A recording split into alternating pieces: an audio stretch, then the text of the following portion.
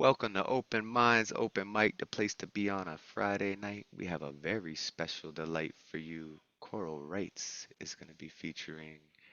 Plus, we have a room full of all these beautiful people, beautiful poets, beautiful creatives, and just beautiful souls. Um, I'm gonna start us off with this kind of just, I guess, impromptu posting a picture and writing a description that turned into a poem. Yeah, I forgot to write today. However, I did recite my excitement in a way. I felt something aside from pain.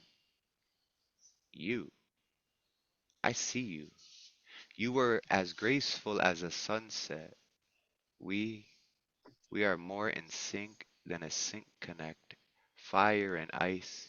My desire is twice the infinite. I sit with it, and desire becomes respect.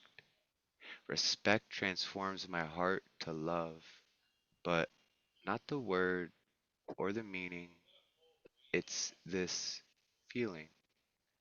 When we close our eyes as we kiss, the world drifts into mist, our lips entwined, our minds holding each other closer in some sort of trans-dimensional porting, sorting over morals.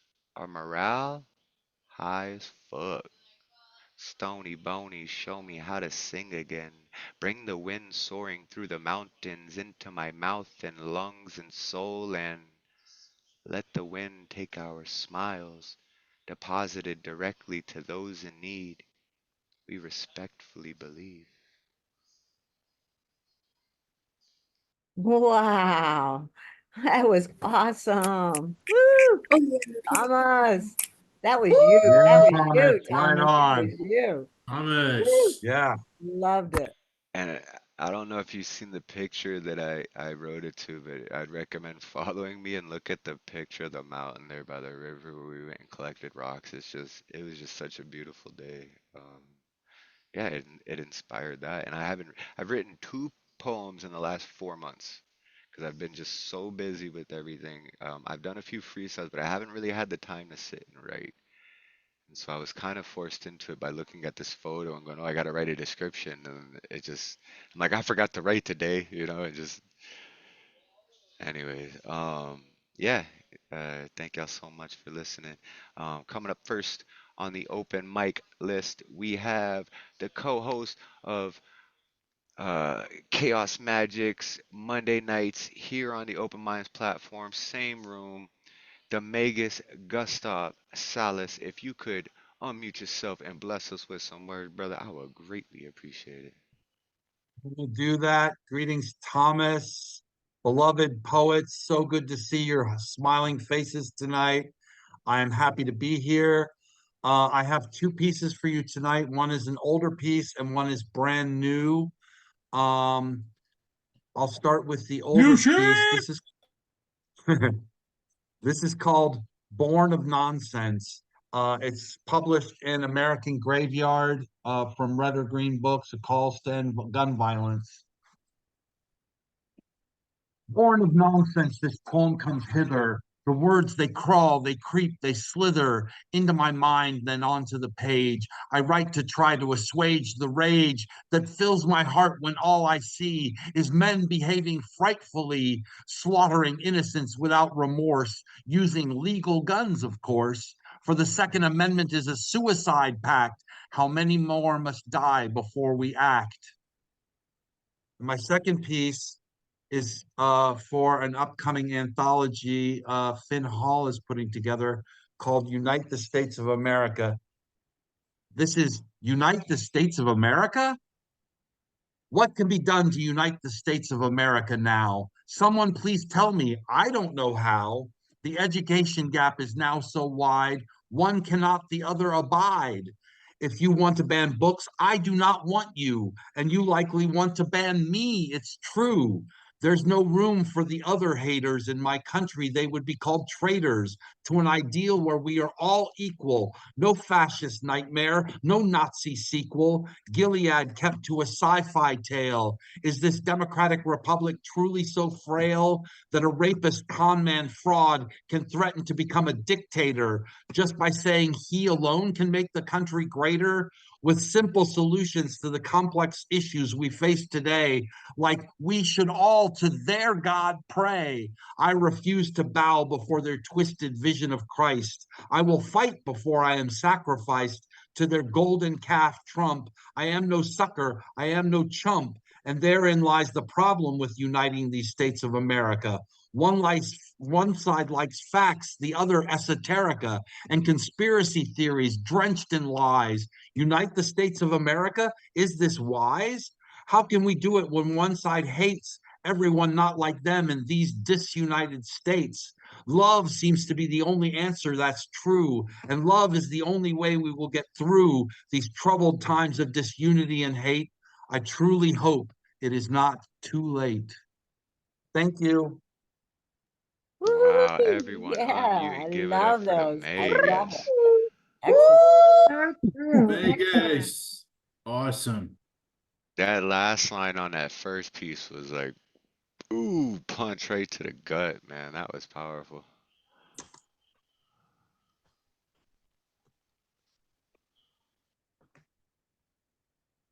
All right. If there's nothing else going on, we're going to jump into the next poet. But first off, I want to say hello, everybody. It's me. It's your D-O-double-G. It's D-R-E in the hizzy. Yeah. We're going to keep this open mic going on. Next up, we have Sophia Falco. All right. Thank you. And great pieces so far. I'm gonna read one poem from my third book, Chronicles of Cosmic Chaos in the Fourth Dimension, and then a brand new poem that was just completed like 2 days ago. Brand new. New shit. This one's, kind of serious, but I'm kind of feeling it. So here it goes. The first time. The first time the world was fake, merely a blue-green marble that started to crack. The lines ran too deep. The same day it rolled off the kitchen table after the argument that this marble was more than just a marble, also a representation of the ocean and the continents, but his facts stood as he blocked the doorway. Just two colors. I became as small as the marble, as the four walls started to close in on me, shrinking as I buried my face in these hands that were no longer mine, alone in my bedroom, feeling like the only human in the world. It just feels as if you're dying. Take the medication and go to bed. I complied after hanging up the phone, after having yelled, I'm dying in a safe town, then judging myself by myself, wondering the lasting mental image of the blue-green marble. It was just a marble the first time I saw it. I'm just a human. When I look in the mirror, they say, there's still the potential for it to be a marble once again, to create a mosaic, a new narrative, yet I know never the same. The shards, I'm still reaching for the missing glue, unequipped to be the savior of this world, fearing the arrival of the second time. Thank you. Poem one. Everybody give it up for Sophia Falco. Unmute yourselves right now. Sophia. Give it up. Thank you. Thank you. Thank you. Oh, Loved so it. Amazing. good. The So second good. piece, right? We do two poems, yeah. Oh, yeah. Of course, Sorry, my of bad. course. Okay, cool. And this Dre, one's the new one. Dre's just excited.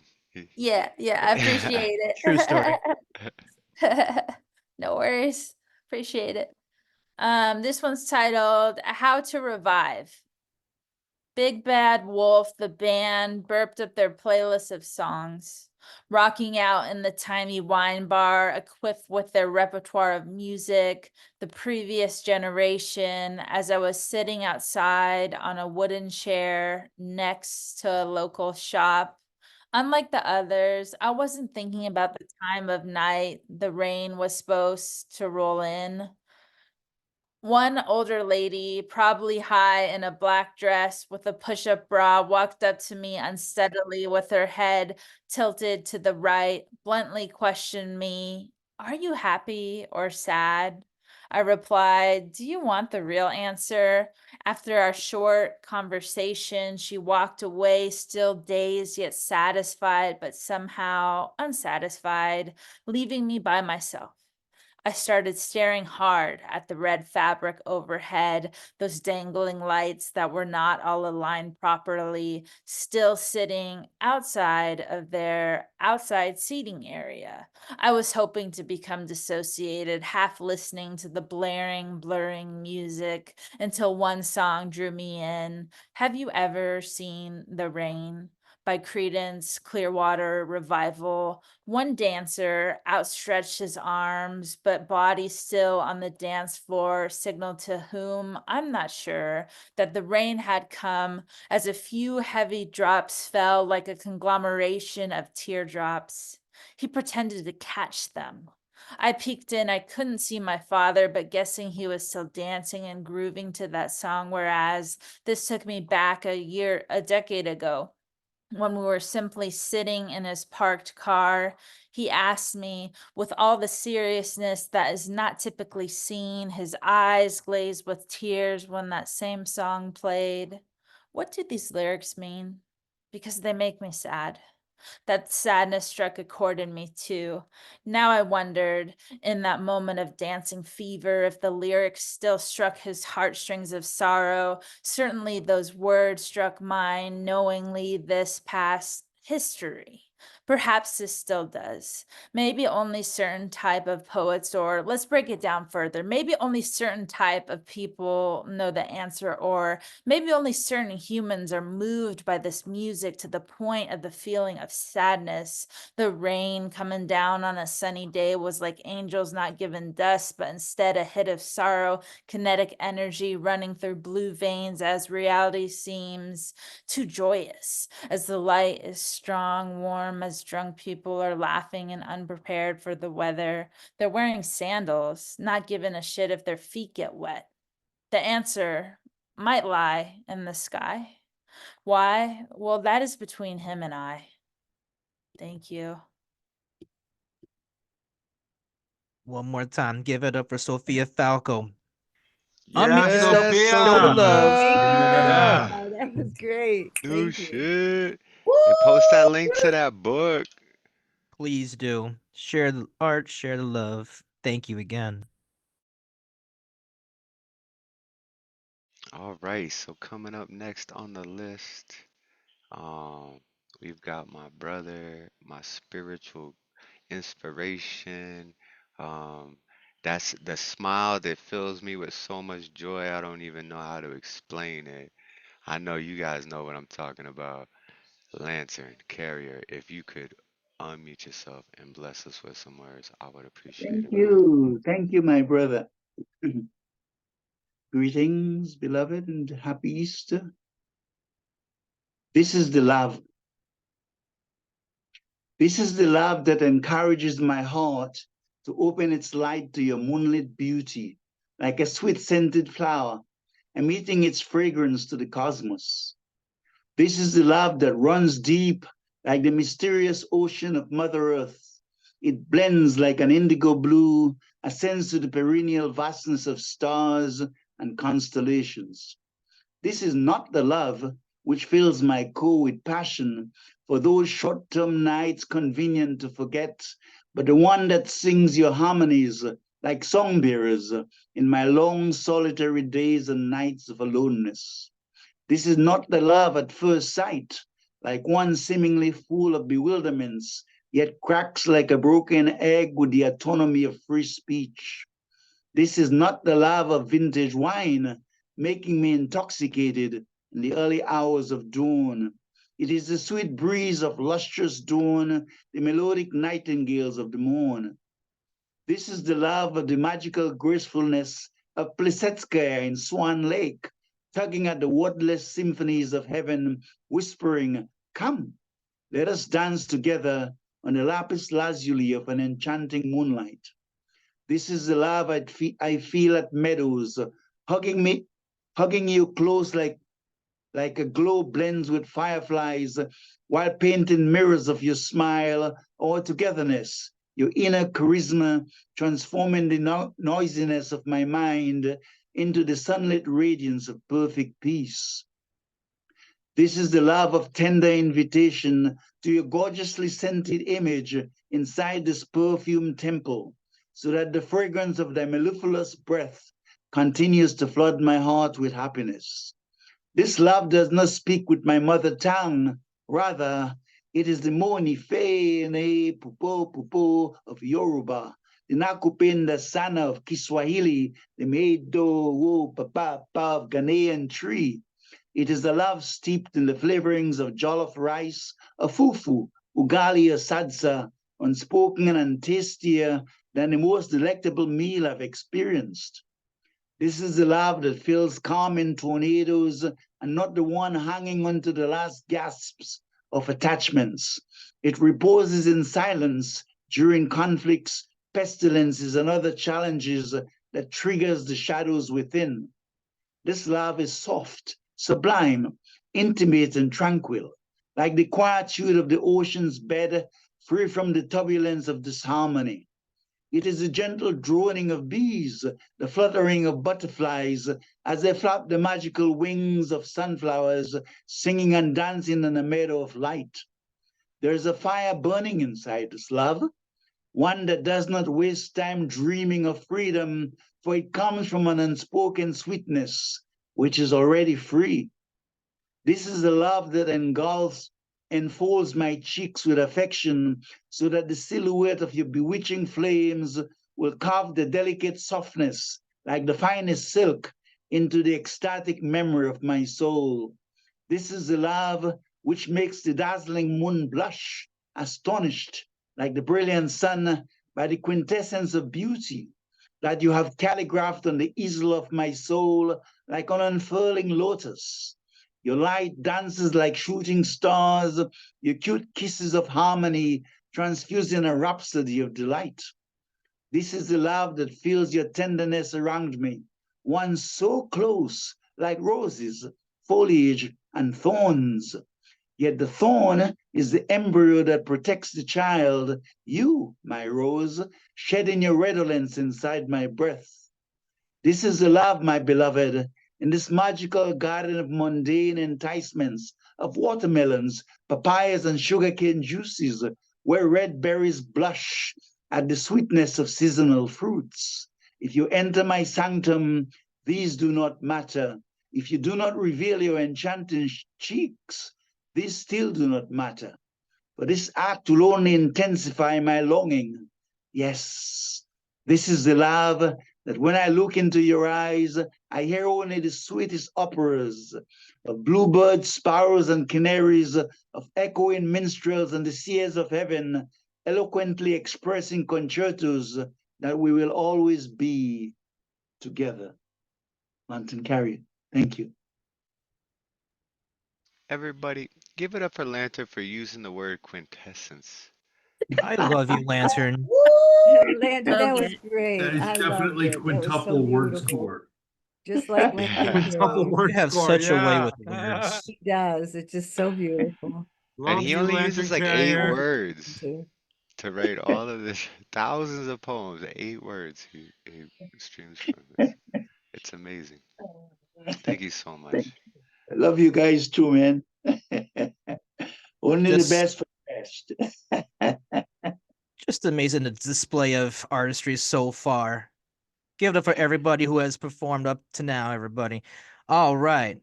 Before we introduce this next poet, we just want to send out a reminder that this poet will be a feature later on in April 26th. So, with that said, please give it up for your next poet.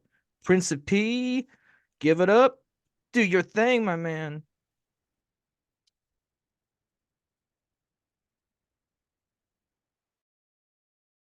Colorful citrus in the sky is blooming bright. It is foreign to new eyes. In the dawn, it bonds with the surrounding air all around it. You can calmly heave as if you're meditating. I do this often while watching the citrus colored ball creep up to my view. I can't wait for the invisible string to come along again, or else I won't walk the Cornelia Street of heaven again. Like a crystal ball, it's shimmering brightly as I stand still. My racing thoughts come to a halting stop. Soon enough, I become one with the sun.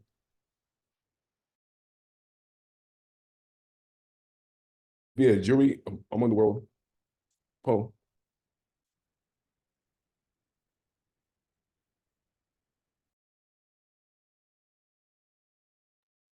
In the poem, All right, everybody, unmute yourselves and give it up for Principe Guity Jr. Looking forward to that feature. That Yes, pen is thank on you. fire. Principe. Oh, all right. So coming up next is your co-host for the night.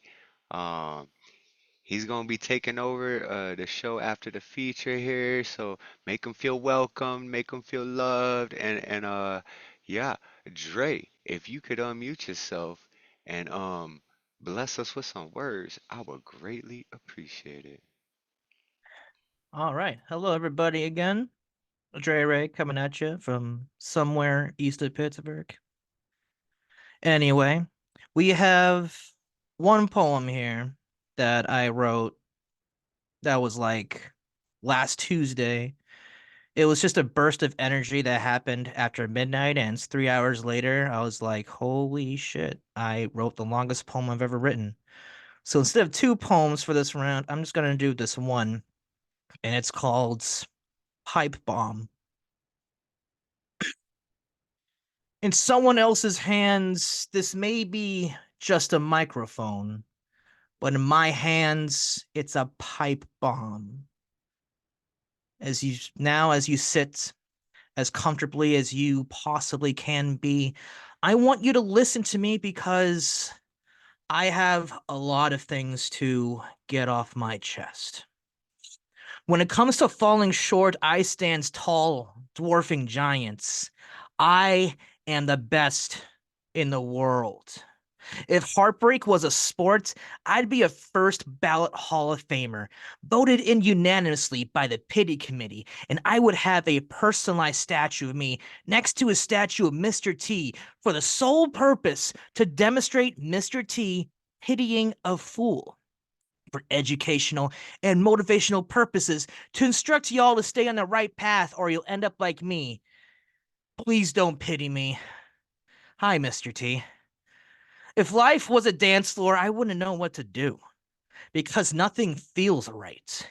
This isn't my vibe. I don't want to be on this floor anymore. My feet have lost their rhythm and I've lost the heart to do so. Life is like professional wrestling. You may start off with a quick shine. But life has a way of cutting you off, pouring on the heat while you try to fire back up, constantly in a seesaw battle of spiritual momentum. Life is the greatest act of improv we know. I put on an act everywhere I go. After 12 years of wrestling in front of crowds, I've become an expert on working the crowd. My happy disposition is a false advertisement. I may look like I am made of oak, but inside I am a forest of weeping willows. With every breath I take, I exhale an apocalypse. I may look like someone who has their shit together, but heaven knows I'm miserable now, feeling spiritual erosion in the area of that weird throbbing thing in my chest. I don't know why people say to listen to that weird throbby thing in my chest as if it was some kind of oracle or compass of the soul.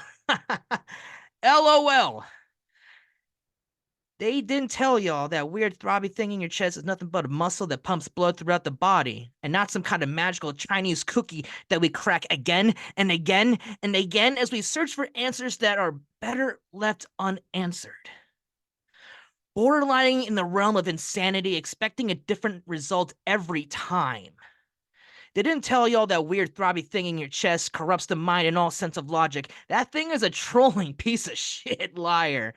If I had a dime for every time I put my heart on in line and come up empty-handed, oh, I would have a whole bunch of dimes. Enough dimes to fill up a sock and go hunting with.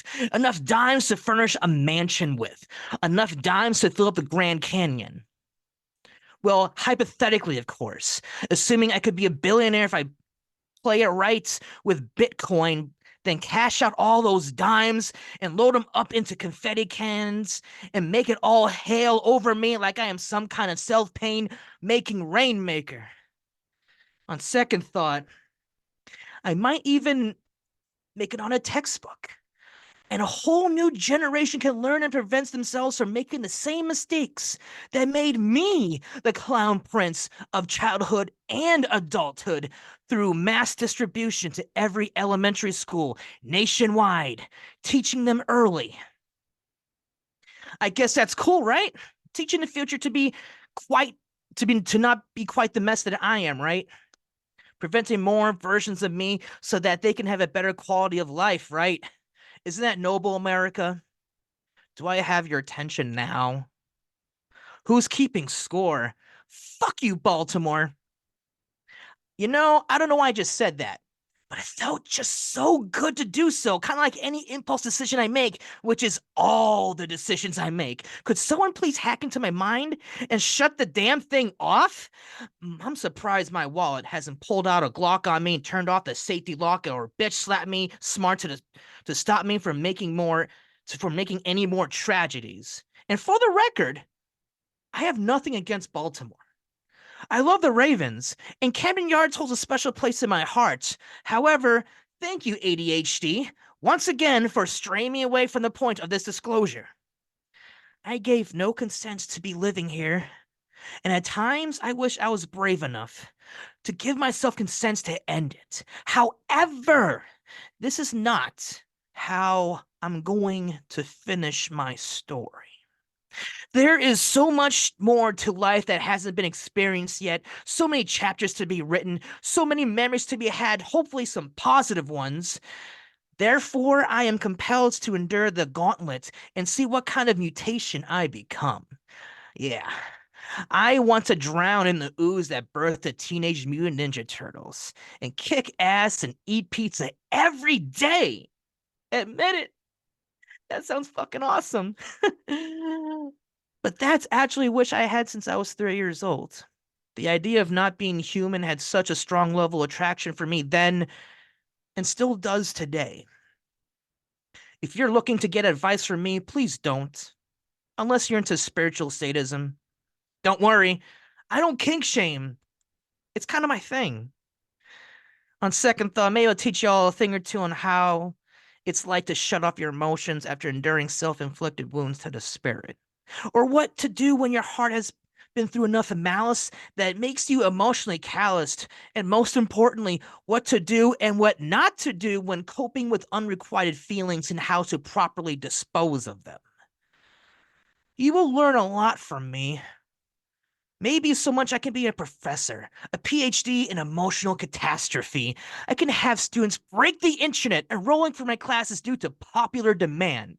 I can tour the world and give TED Talks, getting rave reviews from audiences worldwide, establish enough income to seclude myself from society in record time, as if I was having some kind of Kickstarter for loneliness.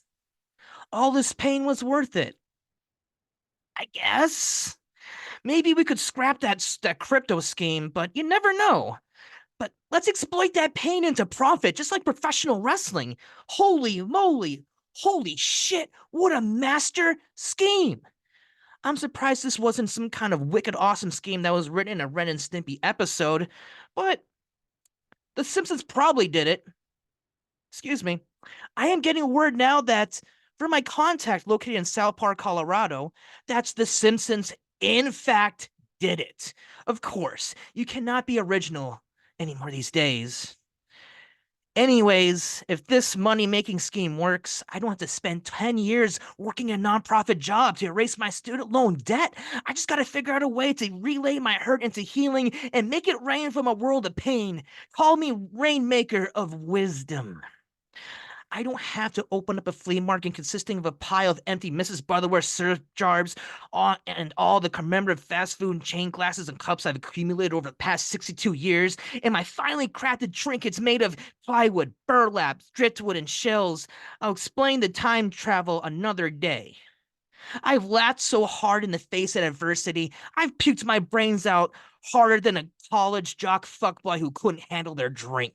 I have spat in the face of God while punching Satan in his stupid face and kicking Wolfman in the nards. I have done the gritty through the baptism of fire and breakdance on floors covered in the shattered glass of my broken dreams, loving every millisecond of the pain because it reminds me that if I can bleed, I can feel. And if I can feel, then damn it, I can heal. All this pain and trauma clearly affected more than my memory, perhaps the ability to read the vibes, because I'm illiterate as fuck and I can't afford the education. Perhaps the ability to feel pain and mistaking it for pleasure. Regardless, I don't recognize myself anymore. I either turn into a vampire or John Cena because I cannot see myself anymore. However, I will eventually get that sight back and hopefully see myself in a different light. The only function I know now is go, and that is how I just keep pushing on and not fading to black. I didn't go through the limbo line at Hell's Gate for fun. I came for the experience to remind me that to remind me that to know paradise, I have to go through hell first, thinking that at the end, I will be gracious for the brief commercial breaks of happiness from life's dull programming that I wished I could unsubscribe from. My current mindset reminds me of way too much of Mick Foley after an extensive career of deathmatch wrestling. I am beaten, battered, and scarred, but I will find a way to take more of a licking and keep on ticking and to say, have a nice day with a fake ass smile on my face. I'm used to this retail life. This shit ain't nothing to me, man. I know how to hide it all in. Again, I have plenty of experience performing in and out of the ring. I have a Timex mindset that goes harder than a diamond mine. It's the only way I know how to survive under any means necessary. Power to the people and power to the feeble. Quick shout out to Melvin Van Peebles. I'm going to sing my own badass song from now on. Call me Sweetback, the one they be talking about. Somehow, some way, I'll overcome whatever pain that comes my way.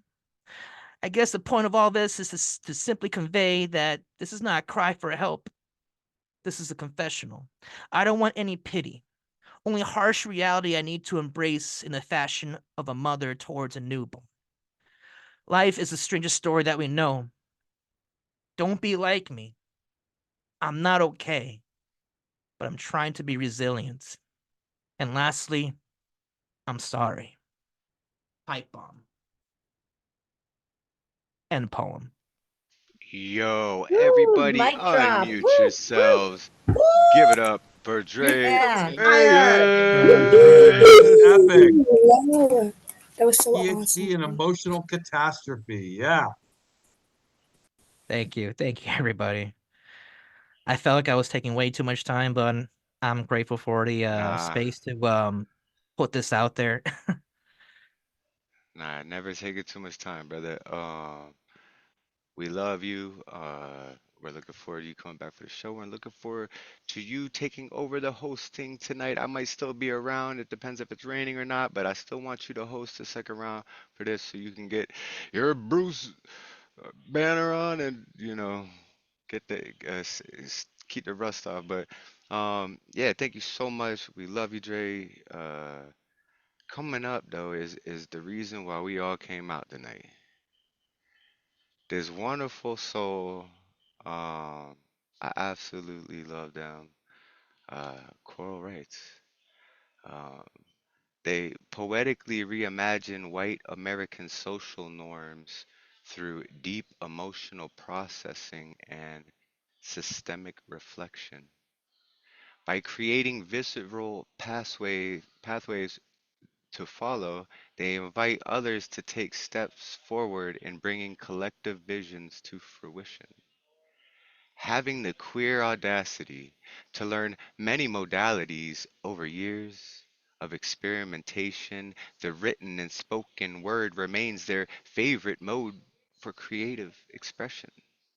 Coral finds inspiration through wildly different sources, including their own composting worms, the Squirm Squad.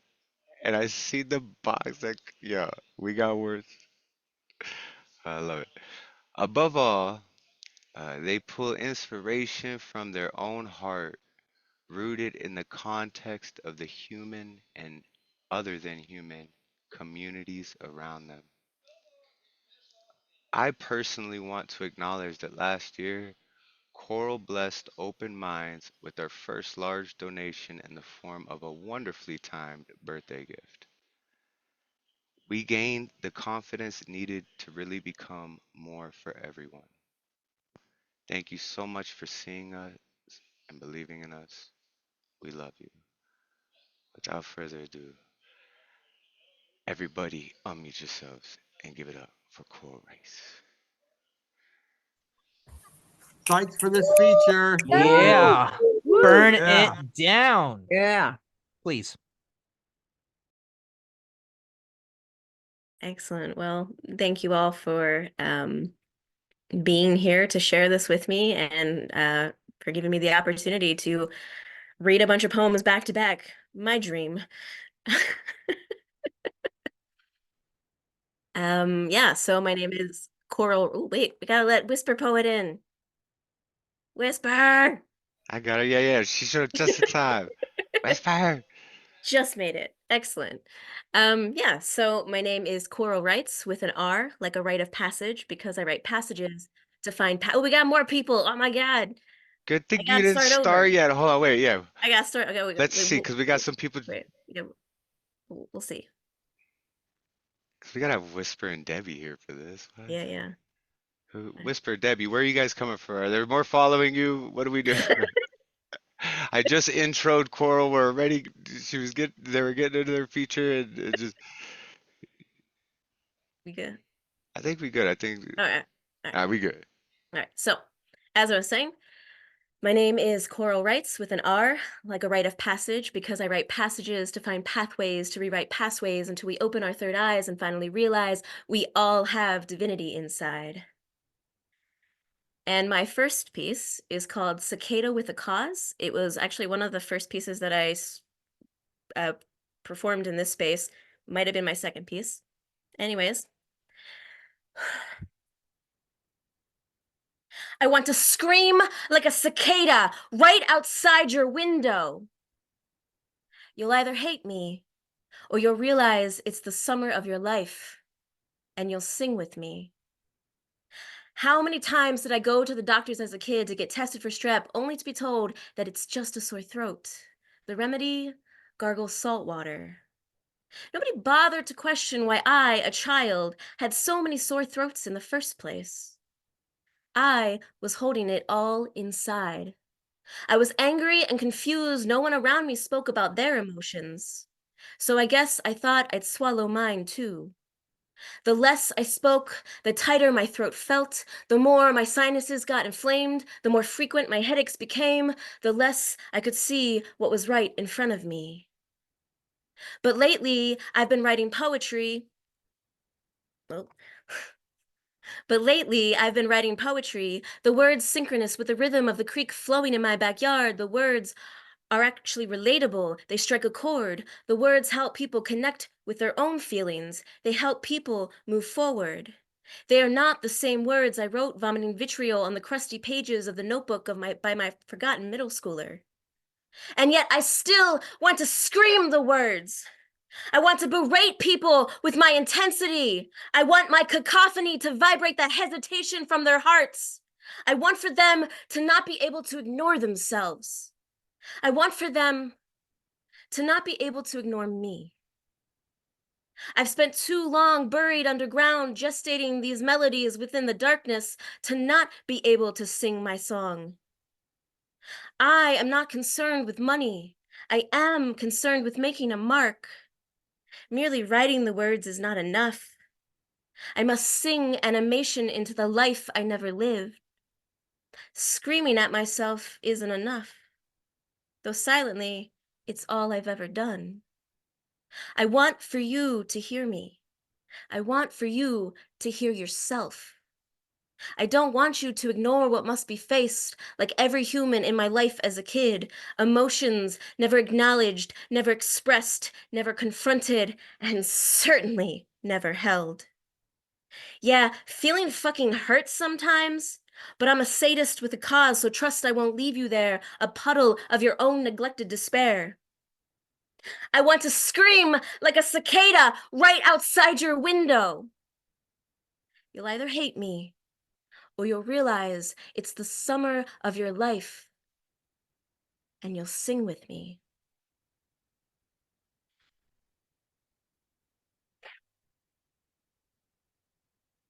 Awesome. Thank you for that. Thank you very much. That was intense. That was amazing. I love the intro to yourself too, how your name, like, oh, that was so dope. Thank you. More. All right. And this is the first piece I ever performed in this space.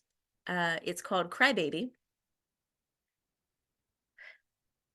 Most people who see me out in the world see me as stoic, as professional.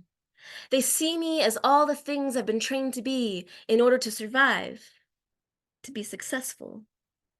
But the truth is, I am a crybaby. I cry at everything. I cry for myself. I cry for others. I cry because the tree outside my bedroom window is just so friggin' beautiful. I cry because my body is tight and I don't know why. I cry because I'm a sponge that I've forgotten to wring out for far too long, and so when I do, it's a deluge of all the shit I don't need. But it's also a flood of the reminders of the things that I want. I cry because I interrupted that person one time, which I felt bad about for 3 weeks, and I still kind of think about it. I cry because of the time that my neighbor was snooping around my friend's car. You know the friend, the one with all the queer bumper stickers? Yeah, that neighbor hasn't talked to me since. It's been over 2 years. I cry because of seeing my brother for the first time in 3 years to clean out our dead mom's house and immediately having to send him back to California. I cry because some sad, angry white chick called the cops on them because she was afraid of something life-affirming. I cry because he tried to do everything right, but he had to quit his job just so he could barely afford his medical care.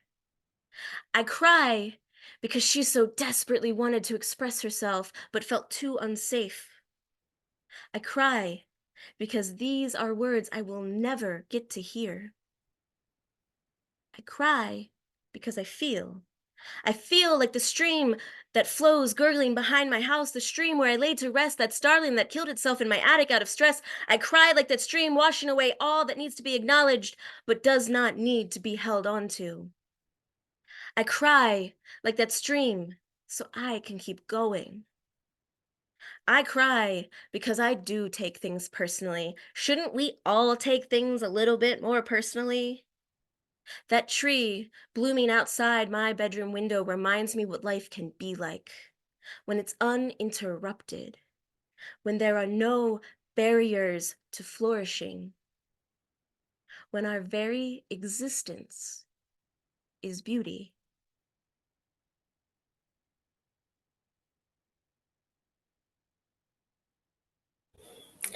Ooh, Beauty.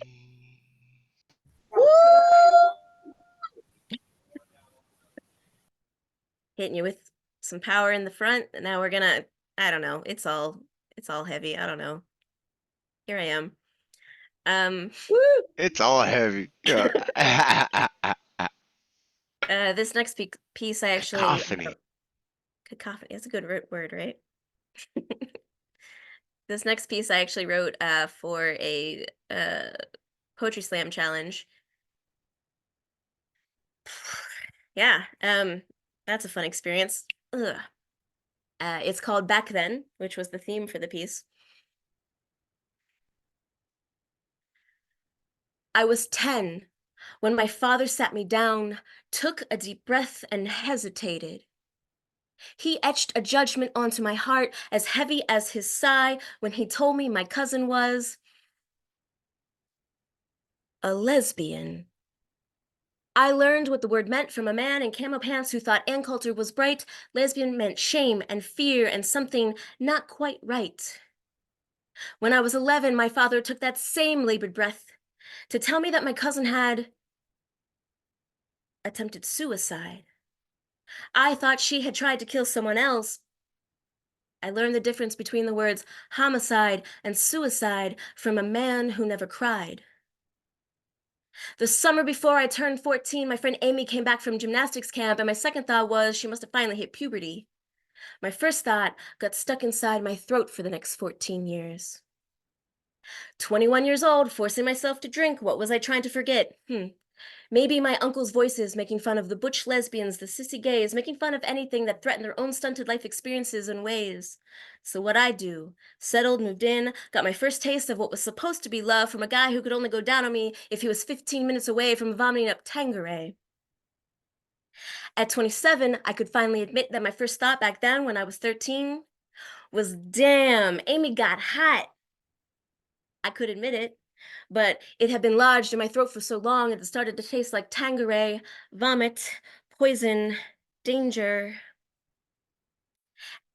At 29, I learned what internalized homophobia was from a grandma who, holding her lover's hand, could see right through. At the Dyke March in moral support of my friend, that grandma winked at me, and I thought, oh shit, she knows. No. Oh shit. That totally lost me. Okay. Oh shit, she knows what? Oh shit. At 31, I could finally admit that my first thought back then, when I found out that my cousin had tried to first, these beeps are killing me. All right. Yeah, hey, I'm gonna take you off as co-host because because now people are all just probably throwing you off. I don't know what that's like. ADHD. All right. So, where was I? 31? Okay. At 31, I could finally admit to myself that I had been relieved back then when I found out that my cousin had tried to kill herself and not someone else. The relief came from the assumption that it was normal to try to kill a part of yourself. She just tried to kill a larger part than I did back then when I was 10. But at 32, I finally pruned the branches of my family tree so that I could be free. With new branches growing, bursting with blooms. That was when my cousin taught me. The word pansexual meant the freedom to connect with whomever, focusing on the important parts, people's hearts. I learned how to be me. Back then, when I was 10, I would have never been able to believe what I know now at 36. Eyes on you, transfixed, the grimace and pain on their face isn't facing you. They're not facing themselves, living fractured and bitter, trying to swallow down the regrets instead, vomiting up their poison. Repression tastes sour, but we don't drink Tanqueray anymore. We blossom into flowers and touch hearts and some other parts. But the important part is that it really does get better. Yes. Yes. So dope. Yay, People keep need to going. hear that poem. A lot more people need to hear that poem. Awesome. That's an awesome poem. Thank Thank you. you. Thank you for that. And thanks for bearing with me with my my distraction. Yeah, so we remove co-host free so you won't get distracted from that. We have to. Yeah, we fixed that. Yeah. Thank you. It is. I appreciate Well, it. see, so when I read to it, especially at the the beginning, I trust me. It happens all the time. I'm like, oh, and then I gotta like add them to the list too. So I'm like trying to read a poem and see who's coming. Like Too much, too much. too much, too much. Awesome. Yeah, this piece is called Circle One, Sledgehammer for Love, Thumbs Up for Fuck You. How in some, but not all context, can a thumbs up feel like a fuck you? I used to send you messages like that all the time, and you would interact with it and at least give me a heart for it. So for you to just give me a thumbs up feels weirdly dismissive, like, you don't want to be an ass by ignoring it, but also I don't really care. No need to type it out. I get the message. This would be a lot easier if I could figure it about you, but we're in each other's circles now, and I'm not willing to give up my support system just because you're around. I already had to give up your support, evidently. This is a weird lesson in trusting the energy, but instead of making me act out, I just got asked directly. It's been since you broke up with me the first time. The things have been off. When I said I wasn't trying to be your wifey or caretaker, I didn't mean I wasn't interested in emotional intimacy. You even fucking admitted that you had been distancing yourself from me, like, way to just waste my time and energy and my vulnerability by moving with one foot out the door and not even having the courage to tell me you weren't feeling it anymore. But I guess this is what I get for doing what I said I'd never do and going back to a relationship that ended. I should have taken the clue. You can't distance yourself from someone and expect the connection to grow more secure, so don't talk like I was the one causing all the problems. Yeah, I could have handled a little bit better when the shame came up, but I felt as I did because I still cared when you didn't. That would fuck anybody up. And I still get so fucking wrecked when I think about you asking if you could still fuck me. It's almost like you haven't been paying attention or something. I told you at the very beginning, this cunt don't light up unless you got vulnerability, son. I'm coming off birth control after 15 years and my hormones are basically a teenager again. But yeah, sure, break up with me because I got caught up in some self-doubt and a shame spiral. You could have just reassured me that you loved me, but yeah, I guess that would be hard to do if it wasn't true. But it's fine. No, really, it is. Because I don't want that flimsy shit love anyways. I want the kind of love that sees and recognizes that we're human and messy, but still comes at you with the full compassion it can conjure. I want the love that comes with a healthy dose of trust and reminds you when you forget to. The kind of love that snaps you out of your bullshit, puts you back in the present. That acknowledges our brains do weird stuff sometimes.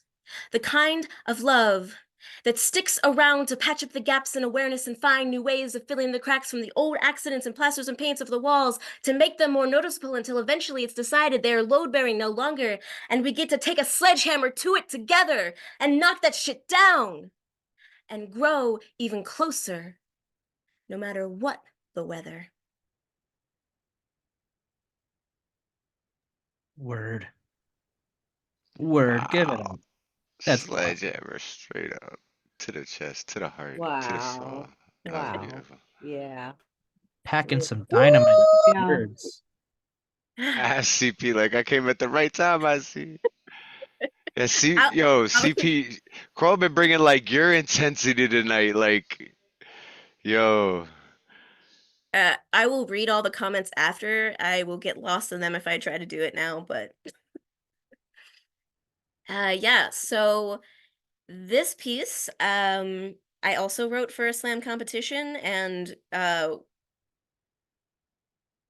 like it when people don't talk at the end because it means that like I'm making them think, or it's really bad, but I think it's usually because they're thinking, so I won't be offended if you don't have anything to say at the end of this, because nobody else did. All right, this is called Defrosting Dendritic Detritus, and if the idea of talking about child abuse whips or sexual violation is too much, I will just go ahead and mute me now. Give me about 3 minutes and then come back, all right?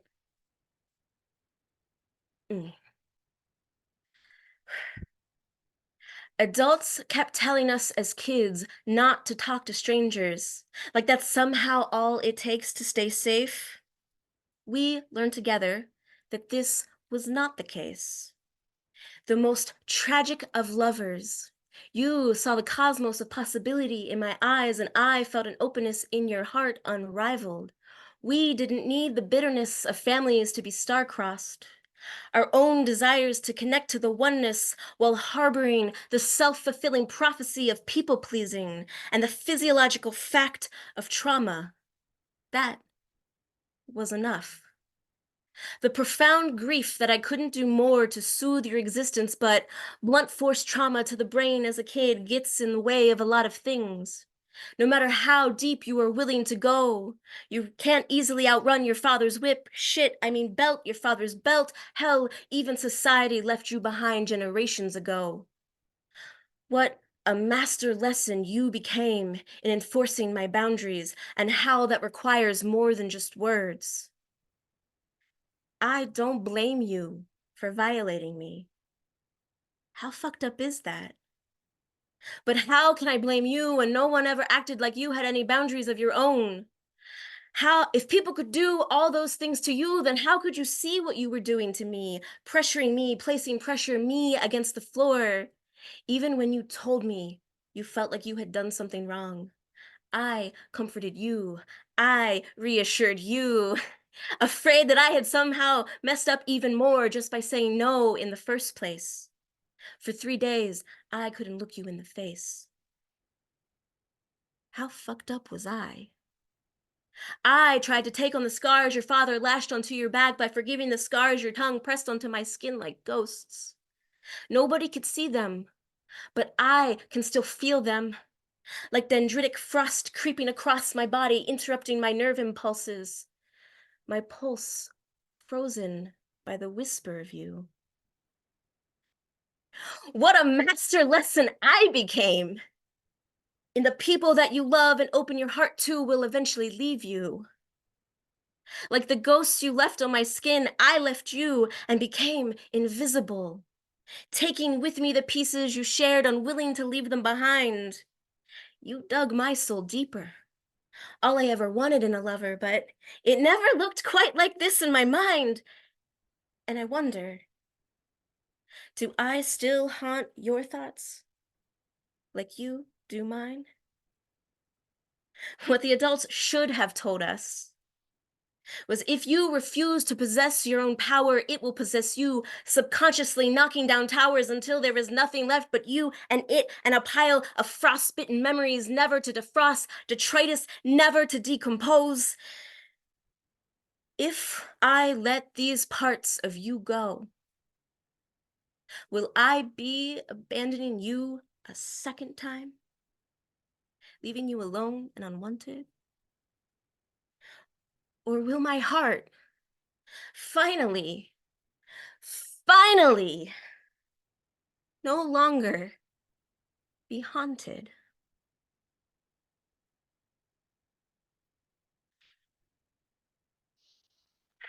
Wow. Yeah. Yeah, That The wow. dendritic frost Wow. underneath. Wow. Fucking Absolutely A. breathtaking. I Yeah, love your Dang, energy so good. in that piece. Like, wow. If I had my own slam team, hypothetically speaking, I would like draft you first overall. Right? Um wow. Thank you. Thank you. As a palate cleanser, a fan favorite in my imagination anyway, to help all that detritus decompose, and if your week has been anything like mine, there's a lot. It's been a pretty unhinged week. The decomposed flow. Thomas, you know.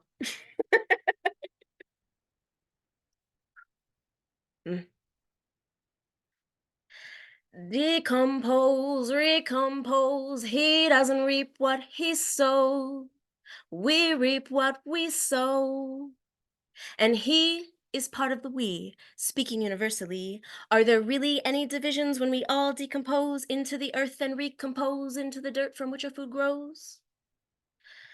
Decompose, recompose, what happens when energy flows? When resources flow? Worms tell the story, sharing their priority. Stressed little clumps extending life, redistributing water, dispersing heat, traversing cracked concrete. What an inspiring feat. Such delicate creatures finding their way back to even greener pastures. Decompose, recompose. What happens when we take it slow? When we slowly grow? I want time and space, not a capitalist race. Why is it so wrong to create from pleasure, forcing burnouts instead of leisure? Coming from a place of torture can't be sustained. This bloodlust against creation must be contained. Decompose, recompose. What happens when energy flows? We reap what we sow. Bombs coming down, heavy on the earth. What can this really be worth? Gotta take a moment and breathe. Gotta have hope and believe. We can come together and grieve this mutual destruction and leave fear, cruelty, extraction behind us and take action. Make some waves and gain some traction. We're not free until we're all free. We're not free until we can see. Together is our way through. Let the worms guide you. Decompose, recompose. What happens when energy flows? Decompose, recompose. Make no mistake, we reap what we sow. Oh yeah, That's singing it awesome. too. That was What? catchy. I Wow. love Look at you that. having some flow. For the Yeah, Damn. words. Woo! I've been getting into the words recently too, man. That Oh is yeah. fun. That is Shout out to the fun. Square Squad. Yeah. God, the Squirm Squad, I love the shout out, Thomas. Thank you. Yeah, so the last two pieces I have never performed in a like a spoken word setting. But because of the just like weird chaotic things happening, everyone seems to be holding a lot. I wanted to give us some reminders. So we're gonna go with the dregs. I had my apartment cleaned on Monday. The cleaners informed me my fridge wasn't working. They left me with a spotless kitchen and a warm freezer. On Thursday, unannounced, a crew arrived with a new fridge and took away the old. In the transition, I swept up all sorts of gross things from beneath where the broken fridge once was. Brightly colored magnet fragments strewn about the greasy mats of dust, like memories buried under the burden of tainted time, forgotten relics of tenants past. Sometimes, no matter how much we heal, no matter how much we change and grow, something happens that reveals all sorts of grimy shit. The more we clear out, the deeper we go, the more gross shit we find, shit that wasn't even our fault, that we didn't even know. But it's still our job to sweep it away. Neglect isn't a virtue. We deserve to start anew.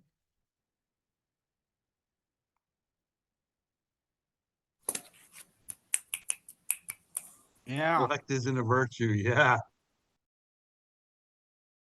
And to close it out, an open pathway for us all to consider, at least for me. I don't know. It's sometimes when shit's up in the air, it gets real scary. And this is my reminder to myself, I don't know, to trust that if I know myself and I know what's going on, that I'll make it through. It's called Infinity Plan. I don't admire you for your 5-year plan, and I certainly don't want one for myself. Just because I don't have a blueprint for the future doesn't mean I don't know what I want. Not having a 5-year plan doesn't mean I don't take intentional steps forward to create the world I see. The future is an illusion. All I have is this moment. The only choice I have is how do I orient myself right now? Knowing myself and knowing the world is a far more valuable way than the myth of control. You can't know the next best step without knowing where you're at. You can't get to where you want to go without living your your future values today. Just because I don't have a blueprint for the future doesn't mean I don't know where I am. I am where I need to be. My next step, infinity. And you shall go to infinity and beyond. Everybody unmute yourselves and give it up for Coral Rites. Fantastic set. Wow. Wow. Hell Amazing yeah. set. I Amazing. am pretty feature. sure this is the first time I've listened to you, and I am pleasantly thrilled. Thank you. Thank you. First time I've heard you, I'm just blown away. Yeah, thank you so much for doing this feature, Coral. I'm just such a huge fan. I love your work and like, oh, you brought it tonight. It was beautiful. One more time, everybody, for Coral Rites. What? Have any links, Coro, please share them in the chat. Wow. Yeah, make sure you're posting all your Instagrams, links to books, sites, whatever you want to promote. Make sure that you can get that out there for everybody. Thank you All all. right. So we're gonna continue on with round one. I'm gonna pass the hosting duties over to Dre, but I've had to make a few lineup changes because for one, Nayma is getting late for you, and you know I would love to hear from you. And Bear has to leave here shortly too, so I just kind of bumped them two up because time purposes. If anyone has an issue with that. Um, Let me know. Just send another Yes. updated list so I could Yeah, just follow along. I'm gonna post it now. So yeah, here we got round one. Continue. Nayma, we were just speaking of you earlier. Lantern said as Nayma came by, you know, I said, well, no, we haven't seen her in some time. She's out there doing her thing, you know, and I so miss you you showed up guys. at the right time to hear Coral, a lot of Coral set, and that was just such beautiful Yeah. timing. And I'm yeah, so if you glad could I bless did us come with for some Coral's words, set. right? It was amazing. So if you could bless us with some words, we greatly appreciate it. Thank you. And I miss you. Going to share two pieces. I am not Berber. I am not a Berber, the barbarian of Greek generals and Roman raiders, cowering the dust, conquered and crushed, legitimate invaders, marauding coveted minerals, advancing your empires further. The enemies at the gate, the carpeted caliphates, a pie divided in two, half for me and half for you. Gracias. Merci. Adieu. I am a powerful Amazigh who has smirked at adversity for thousands of years, flicking dusty tears, sipping warm mint tea, a Syra drip from the wounds of the nomad fraternity, rising stronger from the debris. My tongue peppered in Arabic, French and Spanish, souvenirs I cannot vanquish. My words, an oral history of defeat and victory, immersed in rhythmic Maghreb music. I cannot be erased or silenced by the creed of the conquerors, their patriarchal parlance. I am of Al-Kahina and the conjurers, the matriarchal warrior queen. Neither faith nor power can defeat a heart forged in desert heat. Beware my spectacular spleen. Sands scattered by the wind, I travel across the globe in Al-Maghrib woven robes and olive grove skin. One day you will say Berber, and I will see our ancestors, the civilized and the barbarian, the Amazi, the invader, the jailer, and liberty's dame. I will face you with fervor as I majestically assume my role. Hear my ululations rising above tribulation. Throughout history, I am Amazi. Thank you. And the second piece. Ah, Nayma, I missed your voice and your delivery. Like, you bring me back to like the medieval bards or something. Like just like I feel very nostalgic when you read. Second piece. Insomnia. In the torturous throes of the restless hour, the wakefulness I hungrily devour, plagued by sleeplessness, the onerous onslaught of ricocheting thought, defeated by hopelessness, a spark of jade at the watchtower, the crackle, searing paper, inching towards rest, the demons it arrests as in somnolence tapers, the bitter earthy timber, a harsh rush to the throat.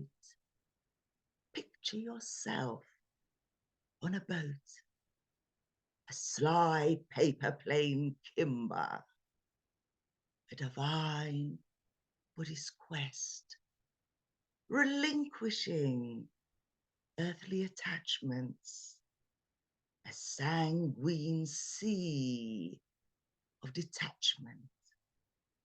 Sleep beckons, smartly dressed. The weariness of the body seeps softly into the mind. Thoughts halt with the grind, tripping as we tip the toddy.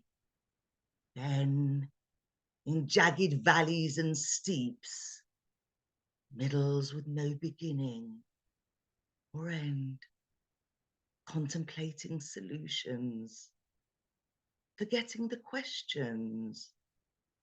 White rabbits smile and descend down dim pits, infinitely deep.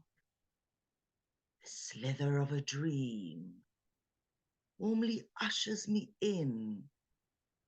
The sleep that I seek, the savior I greet. Thank you. No. Thank you.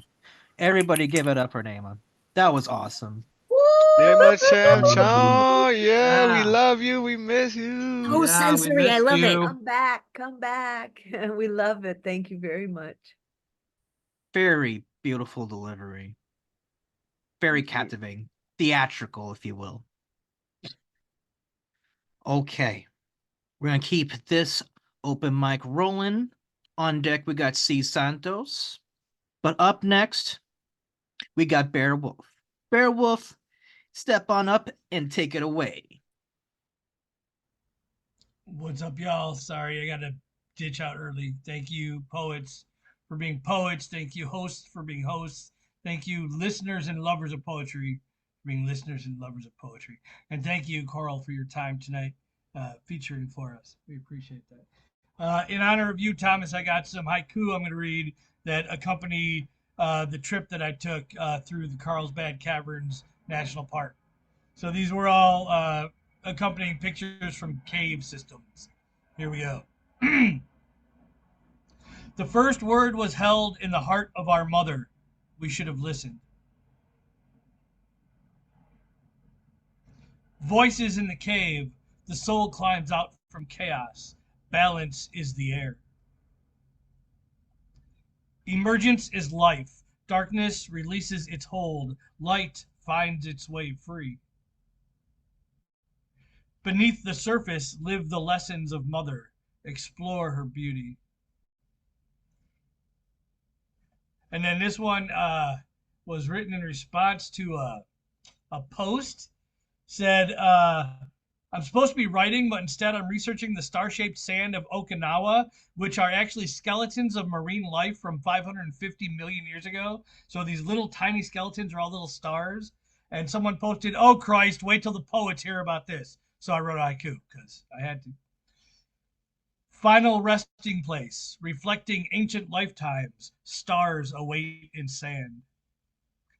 And then one more haiku my friend wrote in response to my haiku, which killed it. Live life sinlessly, sacrifice many a joy, ascend to the dirt.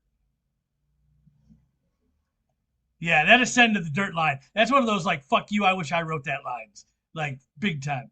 Okay, Yo, and now it's I'm gonna almost a read callback from Corals too, with the composing and the recomposing, and like, send back to the dirt. I'm going to read a poem now. Slam type poem, I suppose. Here we go.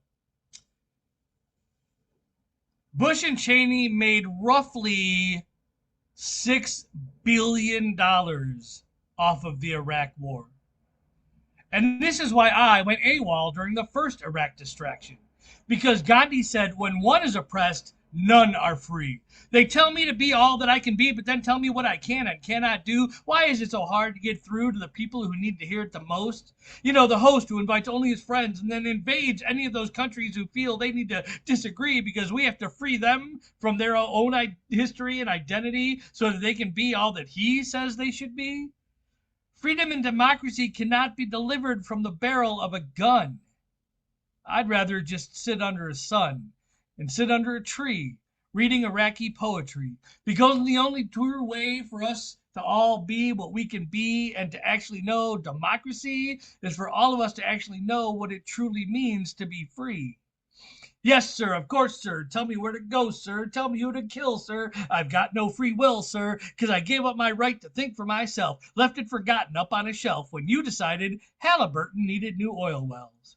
Now, it was a hard sell, so you packaged it all in 9/11 tragedy. Haven't we learned a damn thing from history? Back in Vietnam, Uncle Sam was up to no good, and then he had the nerve to tell us where we stood, but when we tried to publicly make our own stand, they gave us the back of their hands with tear gas and Kent State aftermath. And now, like a recovering abuser, they're once again telling us how we should use our military for their corporate profits. Why the fuck aren't we doing something to stop this? Isn't this actually our money, the tax dollars that they're raping for a disaster of their own making? Yet we just sit by and honor mothers and wives and fathers and husbands as they cry, watching their strongest sons and daughters die, or come back in pieces that we can't even recognize, while we continuously uncover lies about why we were ever even there in the first place. Should they really have given their blood, sweat, tears, and souls for a cause that amounts to nothing more than a recklessly planned black hole? You know, maybe Nancy Reagan had it right. The only way for us to see the light, just say no. Thank you very much for listening. Peace, love, and poetry, y'all. Give it up. Yeah. There, everybody. Hell yeah, man. We love you. Professor Prop, bro, yo, that was yeah. insane. That piece right there, man, needs to be heard by the entire world, brother. That was Right? Word up to all my veteran brothers and sisters who fought for no fucking reason and yeah. get treated like shit afterwards. Amen to that, brother. All right, let's keep this poetry rolling. On deck, we got Nemo Sum. But now batting, stepping up to the plate, we got Cee Santos. Give it up. See. Hi, everybody. See, I finally got some new shit for y'all. New shit. New shit. Yes. I got 2 poems. My first one is super duper rough because I'm not gonna lie, I rush wrote it the moment I jumped into the Zoom. I called it "Why So Serious?" Am I a joke to you? Why am I never taken serious, but always taken for granted? Do I look foolish sitting on my throne, losing control of everything I know? My mental spiraling out of control? I can't breathe. The walls are closing. My heart is open, but only silence and hurt walk in. Lies drip like spit every time you talk. The sense of bullshit lingers over you every time you walk. Fill my empty cup while yours overflows. That's all my love and devotion you stole. Drink up. How does it taste? Are you realizing a relationship with me can never be fake? I am not a joke. My love is nothing fake. Take back your jester's hat and shove it up your ass. Here's me taking every single piece of my heart back. That's one. Whoa, hell yeah. Hell yeah. yeah, that was great. Hold on, I'm sorry. Yo, I'm see trying to see get me to the dropping second some one. older stuff, right? From like 15 years ago, and it's like mind blowing. And now see like, yo, I got this new stuff. Yo, I see you. I see you. This poem I wrote a few weeks ago, but within the same month. It's a Dear God poem. Dear God, shine your light through me. All I feel is darkness. I am numb, Lord. Help me feel. Help me feel something besides pain. What is joy? One day I hope to know. Cover me with your grace. Forgive all of my mistakes. Misguided. Take my hand, I am lost. Mistaught.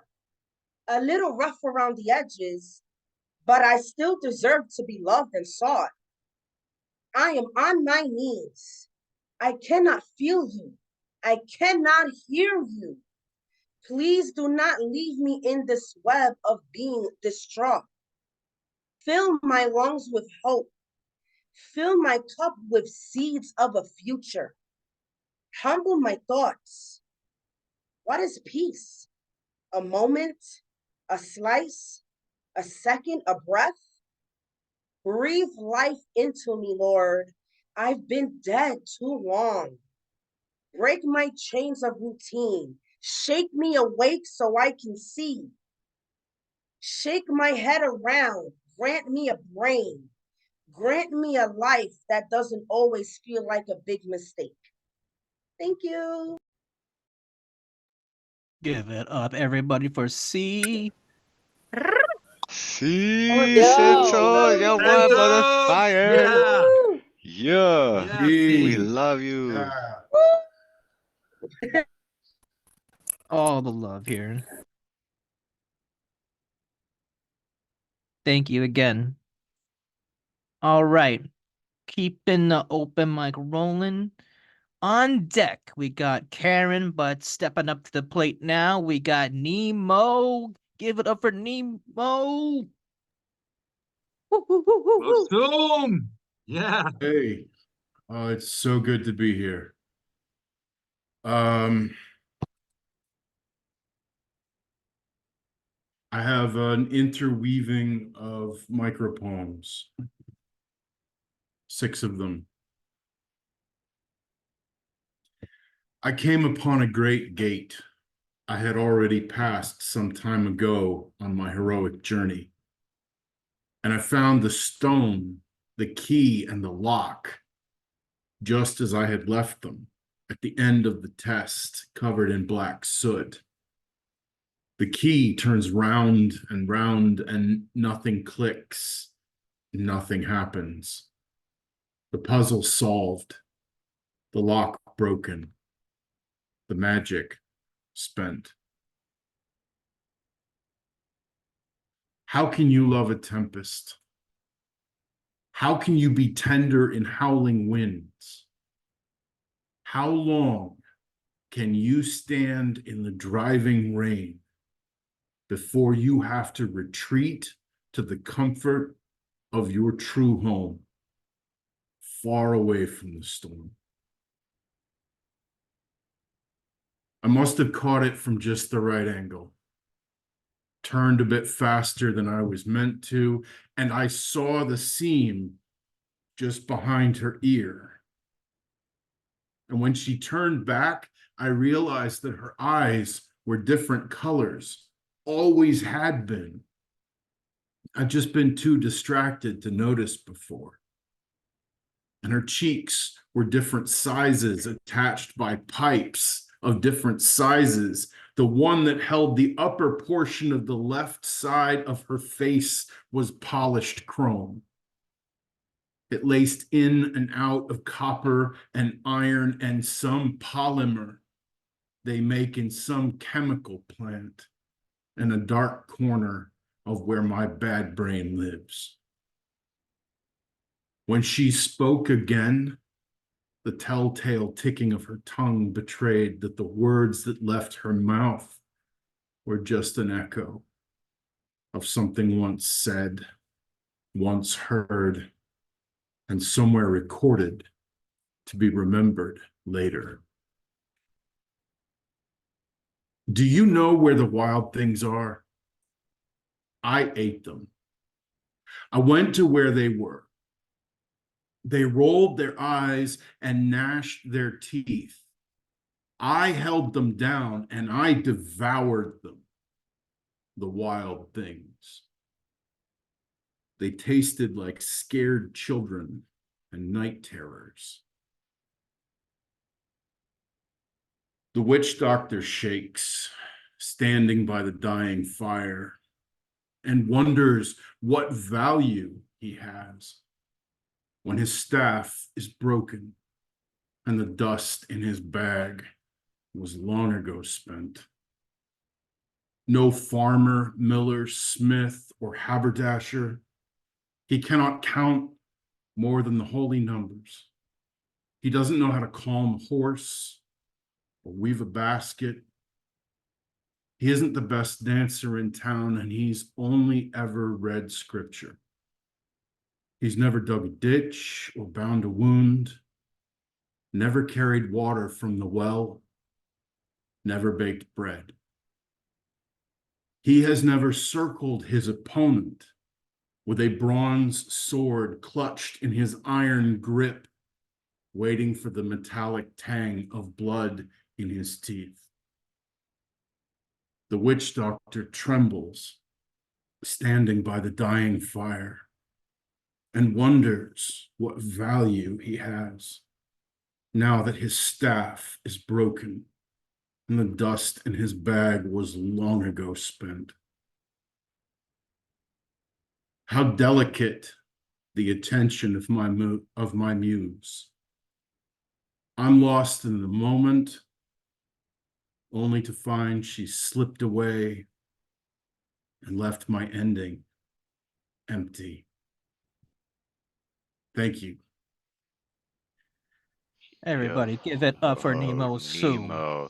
Yeah, Maddie said that. That's one of my favorite. Those. Every time. Yeah, Thank Nemo. you, Nemo. Nemo, you have a voice that would be perfect for like audiobooks, like bedtime audiobooks. You have a very No, Nice. but like war ones about like, the ancient Greek wars. Yeah, I mean that could be Wonderful bedtime voice. too. Spartacus, raiding across it. Great voice. Great voice. And then Thank Caesar crossed the Rubicon. Yeah. Yeah. Yes. Yeah. 10,000 men followed behind. Mm. Please be my GPS voice. All right. Thank you again, Nemo. You are now turning Thank into you, an everyone. imminent light. You will live forever through technology, one way or another. Ah, yes. That first one. Mm. Oh man, let's keep this poetry rolling. On deck, we got Zach, but stepping up to the plate now, please give it up for Karen. Step on up. Give it up. Karen, we love you. Karen. Thank you. Beautiful, beautiful. For me, I don't know what time it is for everybody. For me, it's like between 5 and 6. Anyway, I'm on the Pacific now. It's 5:46 here. okay. I'm on your time zone now. I hop time zones Right. to In you. a beautiful afternoon going on to evening. So, okay. The second one I'm going to do today is one that I wrote today, and I always talk to my son in the morning, and so I had the idea, and then I wrote it. Have you ever written something and the computer conked off and you wound up having to write the whole thing again? I don't know. So this. I don't know if it's the same thing as what I wrote first, but anyway, this is this little one I'm starting with. I see my soul on a boat, rowing in a mist that does not speak, but ushers in thoughts and memories. I see my spirit rowing quietly, creating tiny pools of loss, spinning around her oars, clinging to her strokes, knowing never to relinquish memory of loss. So that's my first one. This is forever. This is a long one. Legacy of Palestine. A people and land stretching back to the beginnings of earth and water, the beginnings of people, artifacts from around the old Stone Age, cave dwellings indicating beginnings of agriculture, domesticating animals for pets and work, beginnings of baskets and pottery, later implementing the potter's wheel, trading innovations with Egypt, welcoming peoples from north and south and from the sea, a tribal culture, accepting and sharing each other's ideas, each other's cultures, having its own copper age, its bronze age, leaving artifacts of tools and art of copper, carved handles on agriculture and kitchen tools, testifying to its pastoral existence, coming under the rule of pharaohs and kings as each age dominated and decayed, remaining true to its ideas and accepting immigrants and refugees, even the Hebrews once called Halucids, gypsies, who evolved their own dynasties, culminating in King Saul, King David, ruling in divisive times, left alone by Alexander the Great to keep their religion and customs, making the way for the great Cyrus of Persia, who encouraged the Jews to rebuild their battle-destroyed temple, who encouraged all diverse peoples to live in harmony, respecting and encouraging each other's traditions, until the Romans appeared, 63 BCE, Pompey the Great imposing taxes on the Jews, giving autonomy to Hellenized cities in Syria and Palestine, ushering in an era of division and conflict, lasting well into the Christian era, falling to Ptolemaic and then Seleucid rule. Bitter wars marked the next century, leading to massacres and revolts, particularly among the Jewish population. Jerusalem destroyed and its temple, in spite of Roman efforts to save it. Yet in 132, Hadrian built a Roman colony on the site of Jerusalem, banning Jewish rites and traditions, leading to a revolt in which 500,000 people were killed, Jews surviving only in Galilee. Christianity brought prosperity and unity to Palestine. Pilgrims came to worship at the holy places marked by Jesus' life. Yet the church, determining Christian dogma, created more division and dissension. Into that chaotic time marched the Arab Muslims, defeating and nearly annihilating the Byzantine Orthodox armies, leaving Caliph Umar to divide Palestine into two districts, Jordan with Galilee and Acre, and Palestine with its capital in Lydda, and leaving Palestine to become increasingly Muslim and increasingly divided. Rebuilding Al-Aqsa Mosque on Al-Ahram al-Zarif, Islam's third holiest place, where Muhammad had changed the Qibla, where to face for prayer, to Mecca in 623, and where Jews revered the Temple Mount. Divisions which lasted and aided the Mamluk takeover, slave troops ruling from Cairo for nearly 250 years until Ottoman rule began, allowing Palestine its own traditions and customs, yet superseded by the British mandate, assuring Israel a homeland in Palestine, contrary to promises to all Arab nations to be given independence and self-determination after the war, a promise which Palestine still holds dear and continues to demand as it marches for right of return to homes and land, in spite of genocidal attacks on its villages and families, threatening to bury Palestinians again in their origins of earth and water, their origins and their beginnings. Okay. And then I have a small one called Easter. A celebration of joy in times of sorrow reminds us always of the possibilities of hope and the possibilities of love in a world of ever-recurring springtime, of ever-recurring regeneration, reminding us of the power of the resurrection of the world and the spirit to rededicate our hearts and minds to peace, to love, to hope. Thank you. Woohoo! Thank Wow. you. Thank you, Wow. baby. Give it up Thank you very much. for Karen, Karen. as always. Yeah, Karen. That was just Brilliant. beautiful writing and performance, as always. I love just hearing your work. It warms me somewhere like deep in my soul. It's very impactful. Thank you. Very easy to listen to, you know. And yes, she's telling you a hard truth, but she does it in a manner that like uh hugs your heart and then just kind of seeps the Yes. truth to you. You know, like she's very powerful with her words, but very gentle. And yeah, we appreciate that. Thank you. Thank you again, Karen. Keeping this open mic rolling. On deck, we have Whisper Poet. But stepping up to the plate now, everybody, unmute yourselves and give it up for Zach. Step on up. Yeah, Zach. Ooh, ooh, ooh, ooh. We're so close but so far, man. I was 35 minutes. Yeah. Woohoo! Zach. Hey, everybody, it's good to be here. I got something old and something new for you. Vintage, new shit.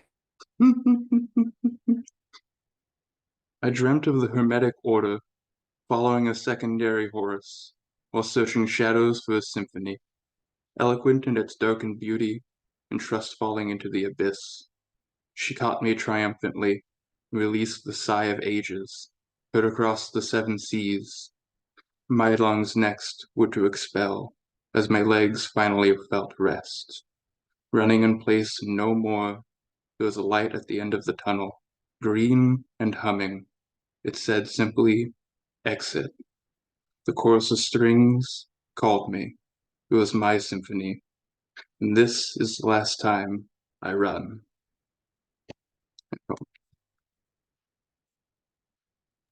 Woo.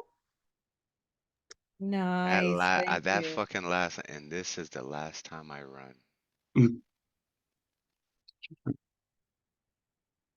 Once heard a poet say something which rang so true, it elevated me with laughter and honesty. His words?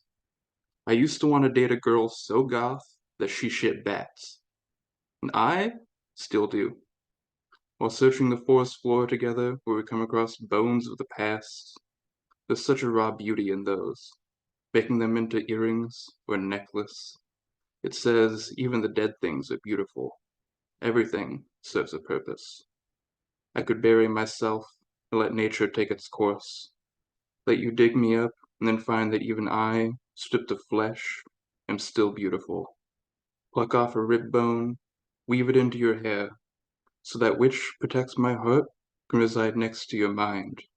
Make a necklace of my fingers, so I can always feel your soul. Make something beautiful of my death, so everyone questions our sanity with the depth of love most have unknown. Thank you. Wow. I'm with you. Bat shitters for the win. Give it up for Zach. Yep. Yeah, Zach. Yes, Hell yeah. Thank you. That's Thank you. awesome. Thank Yo, those are two dope pieces, man. We love you, man. And that laugh, oh, it's my favorite Such a laugh great in the world. line. Yeah, I such want a to great become a line. stand-up Wow. comedian just so I could tell jokes to Mhm. Zach all day. Mhm. Call him, see that smile and hear that laugh. Mhm. Thank you, sir. Thank you, everybody. Thank you. All right. This has been a great show so far, but before we go to the next poem, the next poet, I just want to share this on the chat real quick. This is a PayPal link to Open Minds. Just says a friendly reminder. Hey, You they sent got it their to thing me and going not on. You everybody. gotta, you know, people need their donations. Gotta keep this platform available, and to keep these lovely people, open minds, and catalysts on the road. Check out the chat right now. Click on the PayPal link, or add them on Cash App. Every little bit helps in order to keep this thing going. Thank you in advance, and thank you all for being here. Now, keeping this open mic rolling. On deck, we got Debbie Segal. But stepping up to the plate right now, we got Whisper Poet. Step up and give it up. Hey, you guys. Let me Yeah, start Whisper. off by Yeah, giving you all Whisper. Wait. energy. Before you say anything, because we on this energy, Whisper, what you do with the Heart of the Artist every Tuesday is groundbreaking. It's one of the greatest shows that I think to ever be recorded. Like, I am so grateful that you came to me with this idea and we were able to bring it into fruition and it's become what it has. Because it's like I think it's Amen. one of the greatest Amen. shows to ever be created. Like it's just amazing. And so I want to thank you from the bottom of my heart for being a part of that and Well, helping us it, create it that. would not be the Heart of the Artist without Catalyst. She is, we're like equal parts of that formula, man. And she's just a bomb ass producer, partner. She's so dope. Her energy fills the whole thing. It's amazing. And it really is a That's why I fantastic married show. her. I know, right? But I'm like so grateful to you guys that were able to do it. And it really is just wonderful. It's so wonderful. And so this coming Tuesday, we have Jane Spoken Word. What? What? Oh, shit. Yes. So excited for that. So yeah, Heart of the Artist is amazing. If you guys haven't seen it, please check it out on YouTube. It's The Heart of the Artist 143. And we've just had amazing conversations with some just crazy talented women. So yeah. But I want to apologize to you guys. I've not been on camera all night. On Monday, I will officially be 1 month late for turning in my first draft of my first book to the publisher. So I have been working on my book while I've been sitting here listening to all of your inspiring words. So please don't think that I don't care or I'm not interested. I am. I'm just trying desperately to get this thing done. So that's me. And one more thing before I spit. Sunday morning, I'm starting a new show. It's called Rise and Rhyme, 9 a.m. Eastern. And it's an open mic and check-in. It's meant to be sort of a reset of your week, bringing positivity, looking back at the week. What were our triumphs? If we had challenges, how do we spin those into positivity and getting set for the week?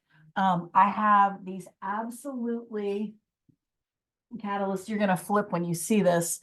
I have these absolutely gorgeous quartz crystal singing bowls.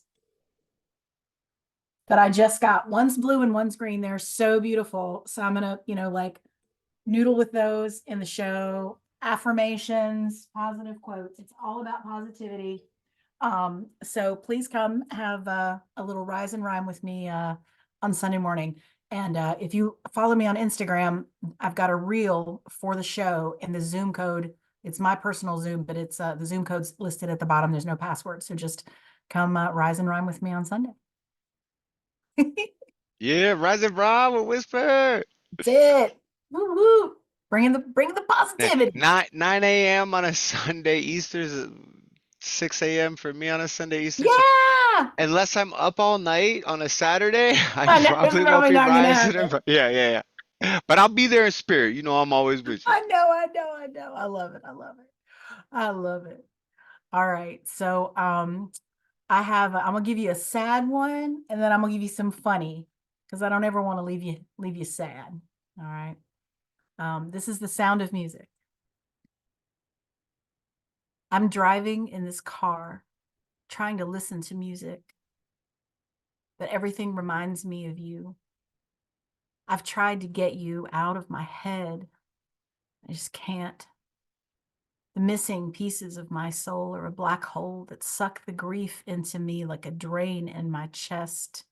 Passing through me, destined for the graveyard, my heart has become, I grieve you. Desperately changing stations, I try to find a song we didn't sing. But the radio is an asshole, and I cannot escape the memories of conversations about bands and songs and music history and the impressive plethora of musical minutiae that filled your head and flowed effortless from your fingertips to fascinate me. Restless energy fills me, anxiety like ants scurrying through my veins for tiny crumbs of the bread you didn't eat because you were on keto. I'm tired of crying. I've bled an ocean of tears and they won't stop coming. It's high tide. Can I drown in saline? Seems possible from where I sit in this cockpit of despair because the music just binds me tighter to my memories of you. The trail is worn and familiar. I hate it and I can't seem to stop. It's self-flagellation, but my whip is not made of leather. It's made of musical notes braided together in a flow that flays flesh from my bones. I can't forget how we loved so unequivocally. I bathed in you when I awoke, brushed my teeth with your smile, dressed in you from head to toe, draped in the passion of your love, breathed and worked and ate and floated on the sound of your voice, promising me that I was the roadmap to your soul's destination. We laughed like we invented it. I drive and listen and remember our own brand of shorthand, the way we finished each other's thoughts and relished our in-jokes. I revel in the pain of reliving our us against the world moments when we were the only two people on the planet. We shut the world out and immersed ourselves in us, soaked in our vibe. I marinated myself until your flavor became my own. Take a bite of me and I will bleed your name from my flesh. Blood, tears, and sweat. Is there any substance I excrete that isn't made of the remains of my love for you and this music? Every song reminds me of how I felt when I was yours. Every song sends me to the floor because it's over. You've closed every door and every window, every crack of light extinguished. I'm driving down this road and echoes of songs pass, take my breath. It's like wandering through the parlor of our abandoned mansion, a house we built together from our words and laughter and light and love. Now it echoes with an empty vastness that becomes thicker with dust day by day. Time has stopped here, and your chair sits empty, a sheet-covered ghost. I sit silently beside it and watch the shadows lengthen. The sun is set on our labyrinth, and it's cold here without you to warm me. I'm still here. You're still gone, and the music plays on.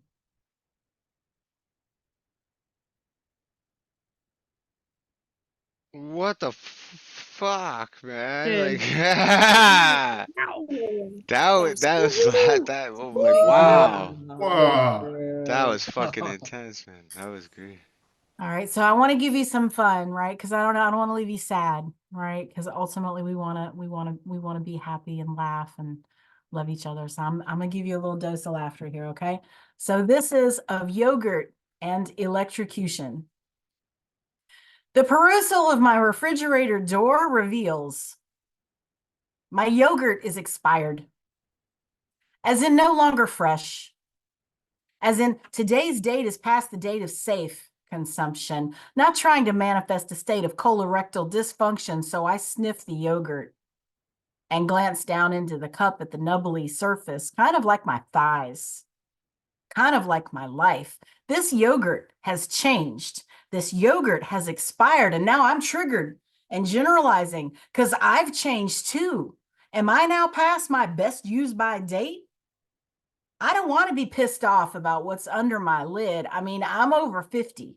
I've been delimbered, not as stretchy as I used to be. I am not the same old amusement park as I once was. And I guess I'm starting to get used to that. But every time I get good with me, I try to date some fool. And while I used to fixate on what he thought of me, I'm starting to care more about the things we weren't meant to be, like my footprint in this lifetime, manifesting my higher self, learning how to love me, and giving service to the community. So what if it isn't me who's past my expiration? Maybe it's the herd of hymns who need to grow. Maybe they're chunky with yellow liquid under their lid. See, this is what age has done for me. It has flipped my script and helped me understand that I am way more worthy than what I used to believe. And instead of mourning him when he leaves, I'm telling him, get your pants on and dip out, please. Because his vibe is just too low a frequency for my transponder to receive. And I'm not trying to change my channels anymore because I believe. No, I know what I have to give. And if he can't decode my hexadecimal flow, then he simply needs to just desist, de-exist himself from my space. You have to be this tall to ride this ride. And it's not my fault that you're too small as a function of your mind. So here, take your yogurt with you and exit right. Check the seat for your belongings. I have to go now. It's time for my lightning to strike. Whisper. Whisper. Lightning strikes. Yeah. Whisper. Yes. I love how she ends it with that. Woo! Yeah. Awesome. Yo, Thank you, Whisper's guys. the only human being that I've ever met that can spit a poem in a whisper tone, but like resonate it and like project it. Like she could like spit a whisper at the decibels of a shout with some of the poetry that she did. And we love you so much, man. Like my I wife and love I you just guys. absolutely adore you. I love you guys. I got to share the stage last night with Nemo, and he was fucking brilliant. He read one of his short stories, and Oh, he I better haven't. plan to do that on here sometime because y'all need to hear it. He's Yo, amazing. if not, he needs to call me and just read it to me as I'm going to sleep tonight. Seriously, yeah, I'm down for that. I absolutely vote for that. But I was lucky enough to get to share a stage with the man last night, and I read that on stage, and it was so freaking much fun. And I just appreciate you guys for letting me to come up and do it again. So thank you all. Much love. And let me tell you, if you have the opportunity to experience Whisper in person, you want to do that. She has such an amazing stage presence. Everybody in the room is right there. It's really cool to witness. Well, she even does that with the Zoom room. Whew, so I can imagine in person. And we'll be Gonna seeing you. find out. Yeah, we're gonna find out once we get around to we're gonna get there. We working on it.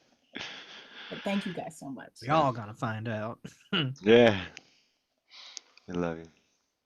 All right. Again, thank you, Whisper Poet, and thank you everybody who has stepped up on this digital platform to share a piece of yourselves with the world here.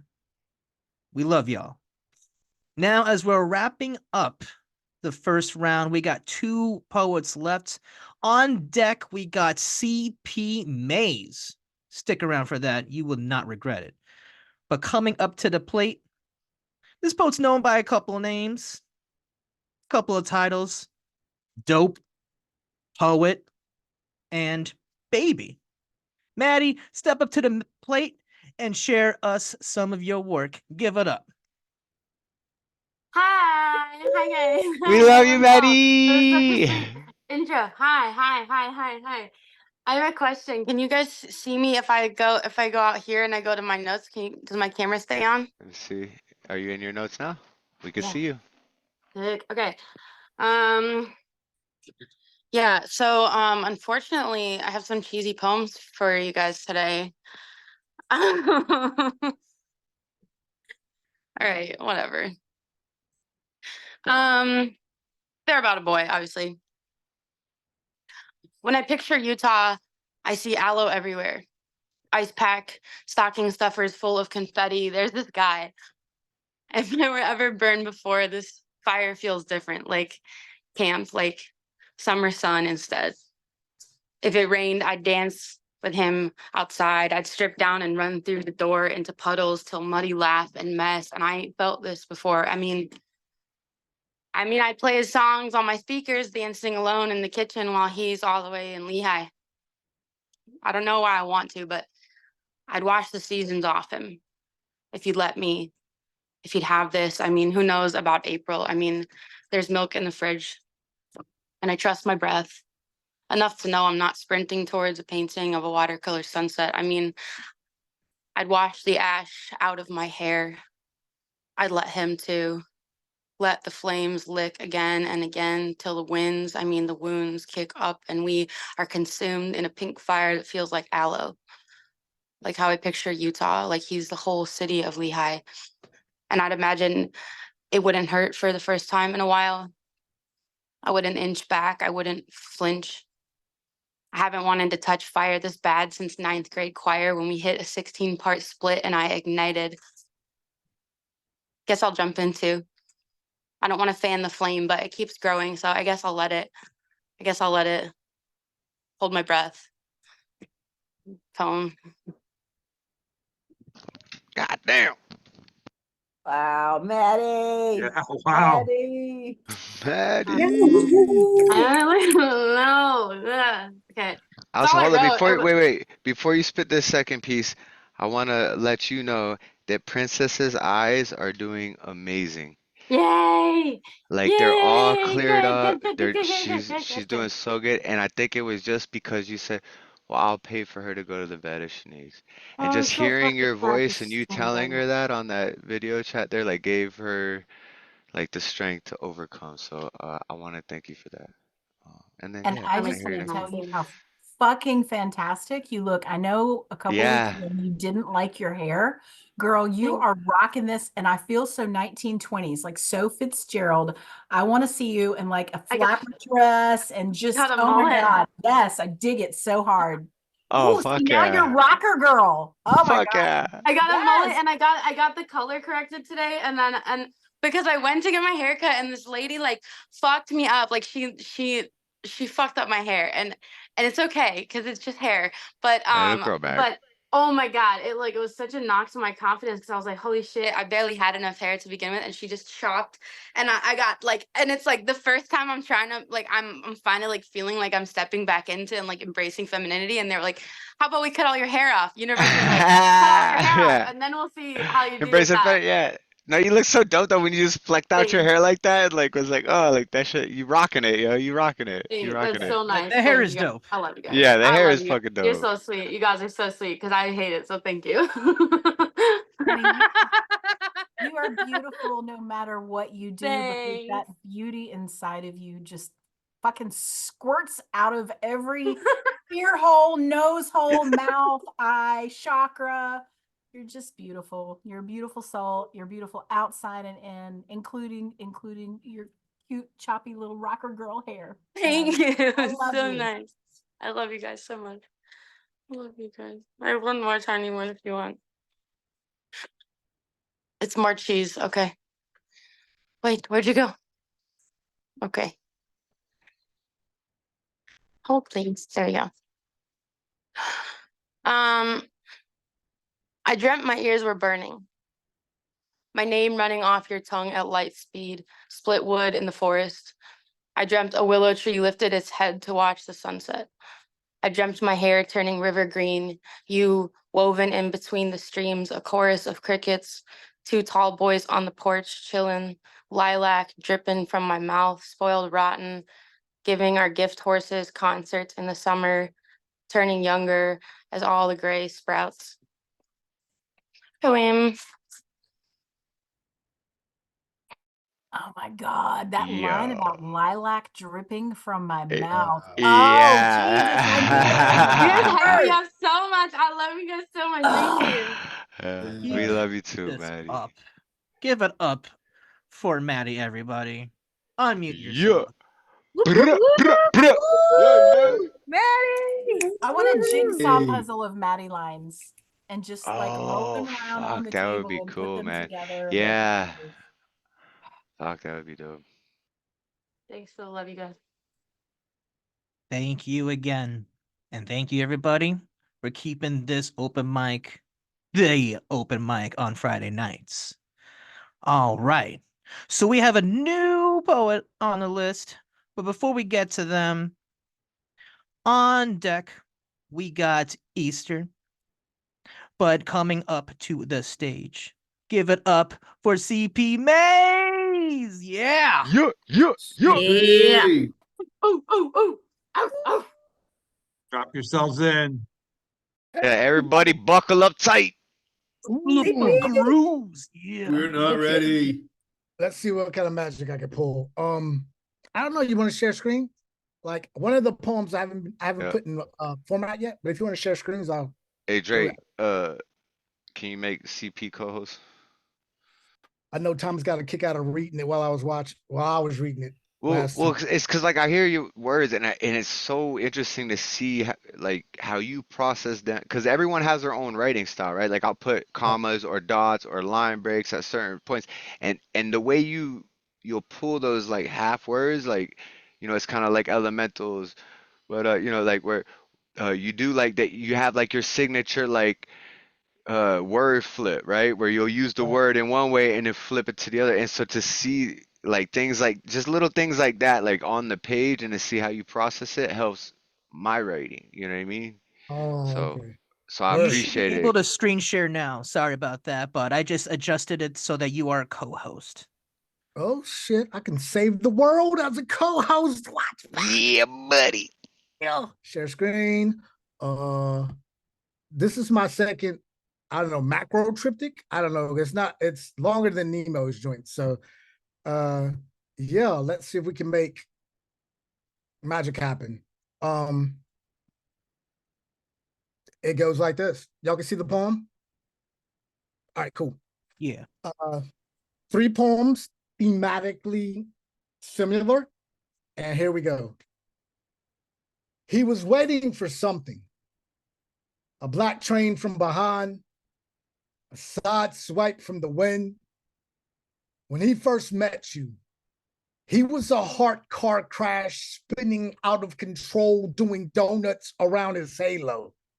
Fetching funny bone babes didn't crack apart his faith in the love of God, they would just fracture it. Punchline jokes into joints where angel wings once wore his heart on sleeve couldn't be found anymore. Bartender, bring him 2 stiff shots of Jesus, some Jack Daniels, and heaven hold me close as a chaser. You can kiss his heart. Just don't leave lipstick lovers covering their cold shoulders on his cheeks. Proves love costs too much. If your heartbeats are too heartbroken to cover expensive heart taxes, proves credit card charges can't cover Cupid's most fashionable arrows, even if they're out of season, proves he was just Beautiful's alarm clock's snooze button he couldn't come back from. He was hallelujah of a hangover. Brass knuckle fist fight with karma was something to be proud of. He was addicted to food for thought kisses on forehead before the future leaves lock the front door.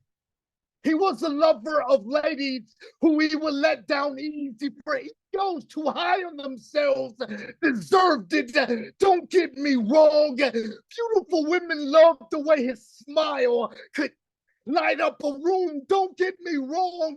He was a handsome hurricane that wore shot glasses for eyes in the storm. Had bad vision. Don't get me wrong. Sexy was the twin sister of every soul that ever slept in his bed. For he was a god needs to cover his can't raise the bar tab. For he was a lover boy, lover of women who loved ladies with tornadoes for tongues. For he was a part-time hero who kept his uniforms in the fucking cleaners and a pocket knife in his boots for bones. He had to pick with the goddamn future. He loved this I nearly wish you well time. You can rob me of my pride, but my passion you can never take. She tried to convince me that outlaws die alone. Tried to convince me that cars were better than hotels.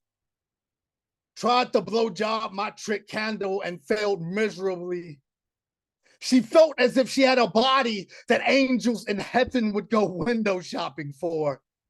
Felt as if her heart spoke, fuck, why won't you just love me and why won't you just fuck me way too fluidly? Felt as if Christmas and Easter Sunday church services were just religious porno for frugal people who desperately needed to believe in second comings.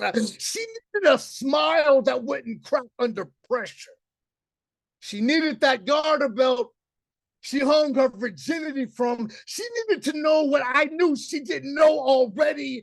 The coffin between her legs was where men would go to die. Her avalanche orgasms left lingerie sweat inside the corners of my mouth for safekeeping. Shit, sensuous liquid sea foam lather, skin slide and leg whisper, filthy throat swallow, her sexy seizure mist and ambrosia hush until her hip bone bumped the halo off my head by accident. Kiss me like a busted condom, so I won't forget you. Cardiac arrest me so I can stop pressing charges against myself. Tell your heart on sleeve that I wear mine under my skirts. Tell I know it hurts that my lonely says, fuck yeah, it does. Tell it takes time to heal all wounds. To pay me no never mind. Tell pay me no never mind that the love of Jesus already does. As a matter of fact, call God and ask him if he answers voicemails. Ask him if I'm made in this image, then he must be an attention whore. Ask him if he loves me, then why won't he just say it to my face? I don't understand why the only times I feel God is in the morning after pills and generic birth control tests that pop negative. I don't understand why. The only thing the book of Revelations proves is that Jesus is a love junkie throwing temper tantrums. If you don't love him back, I don't understand why. I was body, mind, soul blessed with beautiful, but why men only ask questions when conversing with me. I'm not a blasphemer, Maze. I'm just a rhetorical question in need of actual answers like, If love dies in the forest and no one's around to hear it, does heartbreak sound like a broken smile? Saying, bartender, bring me another apple martini with a shot of cheap whiskey and keep them coming. I may be just a grim love to you, Maze, but I got a body that lonely one night standing and angels in heaven will whisper hallelujah for my dearest grim love. Maybe cars are better than hotels. Maybe outlaws like me are destined to die alone.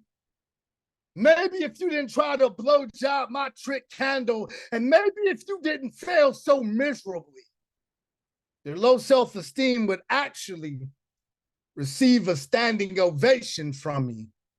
Pacifier.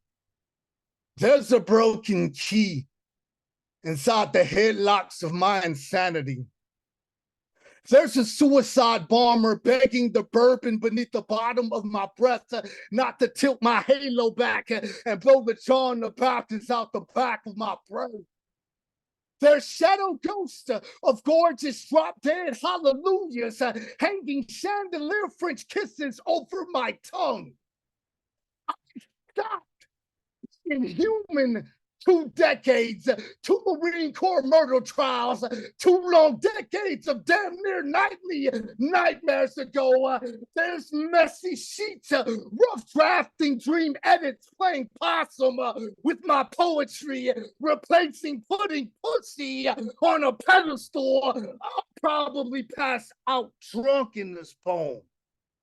Throw up several 6 stanzas with the room spinning diction dizzy, vomiting such a velvet neon vernacular that hasn't completely been understood yet.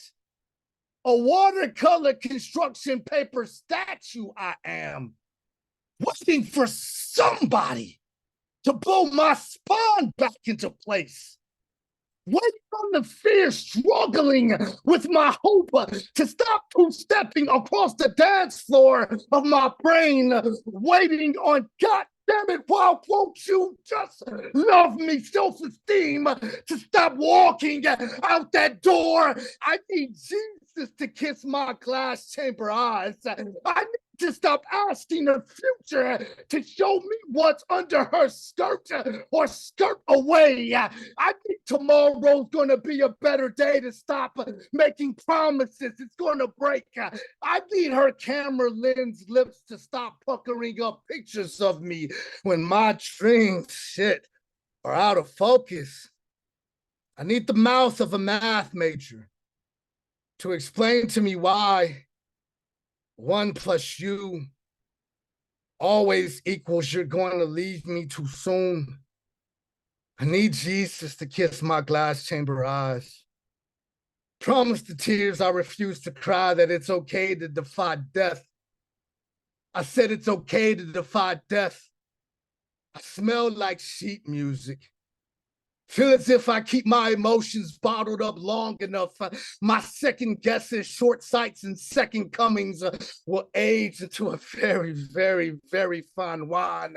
Jesus, I need you, Jesus, to kiss my glass chamber eyes.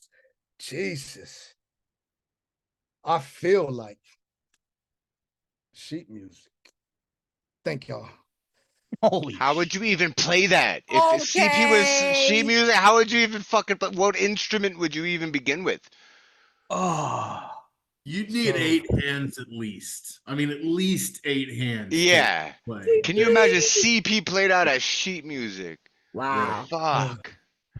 CP Maze just kind of like reenacted that scene from Pulp Fiction. I was Marvin, and he just blew my brains all over the back seat. Holy fuck, shit. dude. Y'all special. I appreciate that. Why are your hands still up there? I'm sorry. I'm still trying to like fucking keep my brain together. Whatever left of it is Hey. act. Holy shit! Yo. Give it up for CP Maze, everybody. Damn. Hey, CP, Woohoo, who's your CP? spirit animal? Love it. Oh, no. My Dude. spirit animal used to be Phoenix. My spirit animal for the first quarter of this year, though, and she's about to lose her status and her coupons that come with the free status, Yeah. but it's your mom. Your mom is my spirit animal at least to the end of the quarter of this You month. got the quarter of this month. Yeah, Got the Ma, you quarter got of the this first year, month. quarter I'll year. take it. So I'll you got to take come it. back strong. Maybe at the end, I'll round take 2, it. you I come love back, it. tell a story. But once the All camera right. stop recording, you know what I'm saying? You got to renew the spirit animal card. Yeah, we love you, Thank brother. y'all. Thank We y'all. love love you, you. man. Thank you so much. Thank you.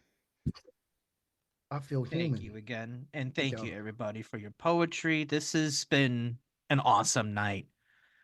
To wrap up the first round of tonight's action, please give it up for Easter Poetic Desire. Yeah, Please yeah. step on up. Yeah. Hello, everyone.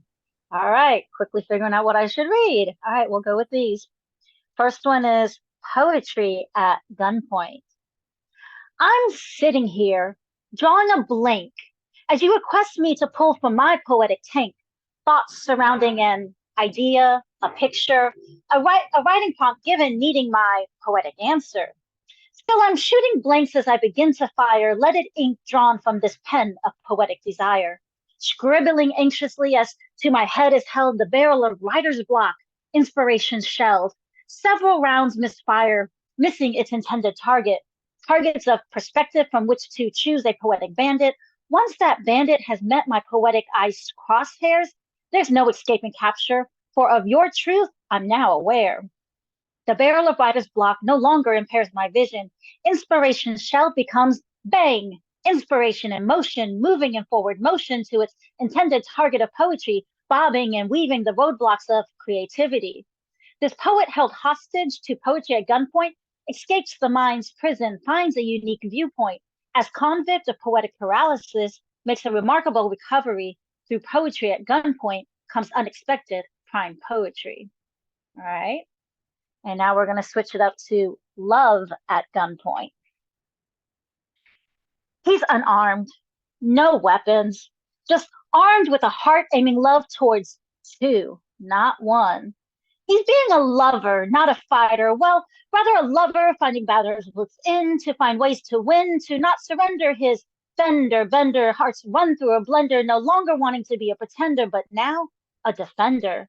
To armor his heart with bulletproof protection, to protect the love, his one true love, he has safely guarded. A priceless, timeless, feels so meant to be, it's crimeless. For how can it be a crime to honor a love your heart never let go? How can it be a crime to want to have what was always supposed to be yours? He's always shielded her from pain, always took that bullet for her as his own, to sacrifice for her. Yet he replaced her. Wanted to save her from heartache he knew he didn't want to put her through, yet unknowingly, but willingly, put another surrogate love through the ringer, let the stand-in love steal the rest of his heart, while robbing him of his soul, for his soul, well, it only belonged to one. Now he's trying to pick up these shattered pieces strewn across trails, spanning years upon years, fervently trying to mend bleeding hearts back into beating hearts. After taking a huge striking blow, a shot that ripped through her core, killed her so deep, yet why does her love for him still seep? And why does his love for her still weep? He had a weapon, love. The deadliest weapon of all, handled it irresponsibly, trigger misfired, hurt the one he loved most, committed love suicide. And she had the same weapon too. Her love held him at gunpoint, revealing flashes of what could have been. Now she, his surrogate love, she's armed to the teeth, aware from day one the impactful strikes his forsaken true love could have upon their undestined union. Saw sign after sign, a trigger that would remain a feel for end to what she thought could be hers wholeheartedly. So with his every suspicious action, every word he spoke is question, she eyes him like a hawk, hovers over him like a helicopter. She's armed with weapons of words, distrust, and glaring looks that strike with as much force, sharp pain, and hurt, firing off consecutive rounds as her suspicions stay locked and loaded, armed with love's sharpshooter's focus. To target his lies a mile away, and to target his bobbing and weaving ways, her love's bullet tracks him like a missile. Her love holds him at gunpoint too. She dares him that she'll pull that trigger to mortally wound him to his core. Pull that trigger resting up against his temples as if to her it sounded so simple to shoot away every stored memory of her he ever held dear, of her, the one that he safely guarded his true love that he always kept near, nearer than she really knew, yet as near as she always first feared. But now, well, he holds love at gunpoint to both. Surrogate love stares down a barrel of truth, realizing she'll never have the depths of his love, which he only shared and gave to his one true love. True love stares down a barrel of love rekindled, yet it never dwindled, just found its way back, but is asked to be his, but not as his one and only. She'll be an addition, as he asks of both of them, can we mend this rift? Together live agreeably, where I can love you both without killing a love forever? End poems. All right, give it up for Poetic Desire. Give it up. That was awesome. Yeah. Woohoo! I always Wow. enjoy your work. I always Yeah, enjoy sure. your work. Yeah. It's like deep and fun, but like serious and like just so different. Like you bring such a very unique style to your work, and I really enjoy it. It's easy to listen to, you know, like Yeah. it's like you could be talking about some deep shit, but you're gonna make you smile a little bit during it too, you know, and like it's like a journey, right? You take us through all the emotions in your pieces, and I just absolutely adore that about you. It's very human. Thank Like you. it's very human. Yeah, very. There Make you it go. sound Fuck. pretty, He even said though that's. it's Yeah, I could have you just know. said that. It's very human. Yeah, Like that's. yeah, it's gorgeous. Like I think anybody Kill you could with have. kindness, right? Yeah, right. I'm gonna kill a person with a Mac 10, but that's a whole nother story. But yeah, kill him with kindness. Kill him with kindness. Kill him with kindness. Thank you so much. Thank you all for being here. This is the end of round one. We're gonna cut the recording off now. If you want to be part of round two, you gotta just show up, man. Follow us at Open Minds, Open Mic on IG. We love you all. We got plenty of shows for everybody. You know, just come on through.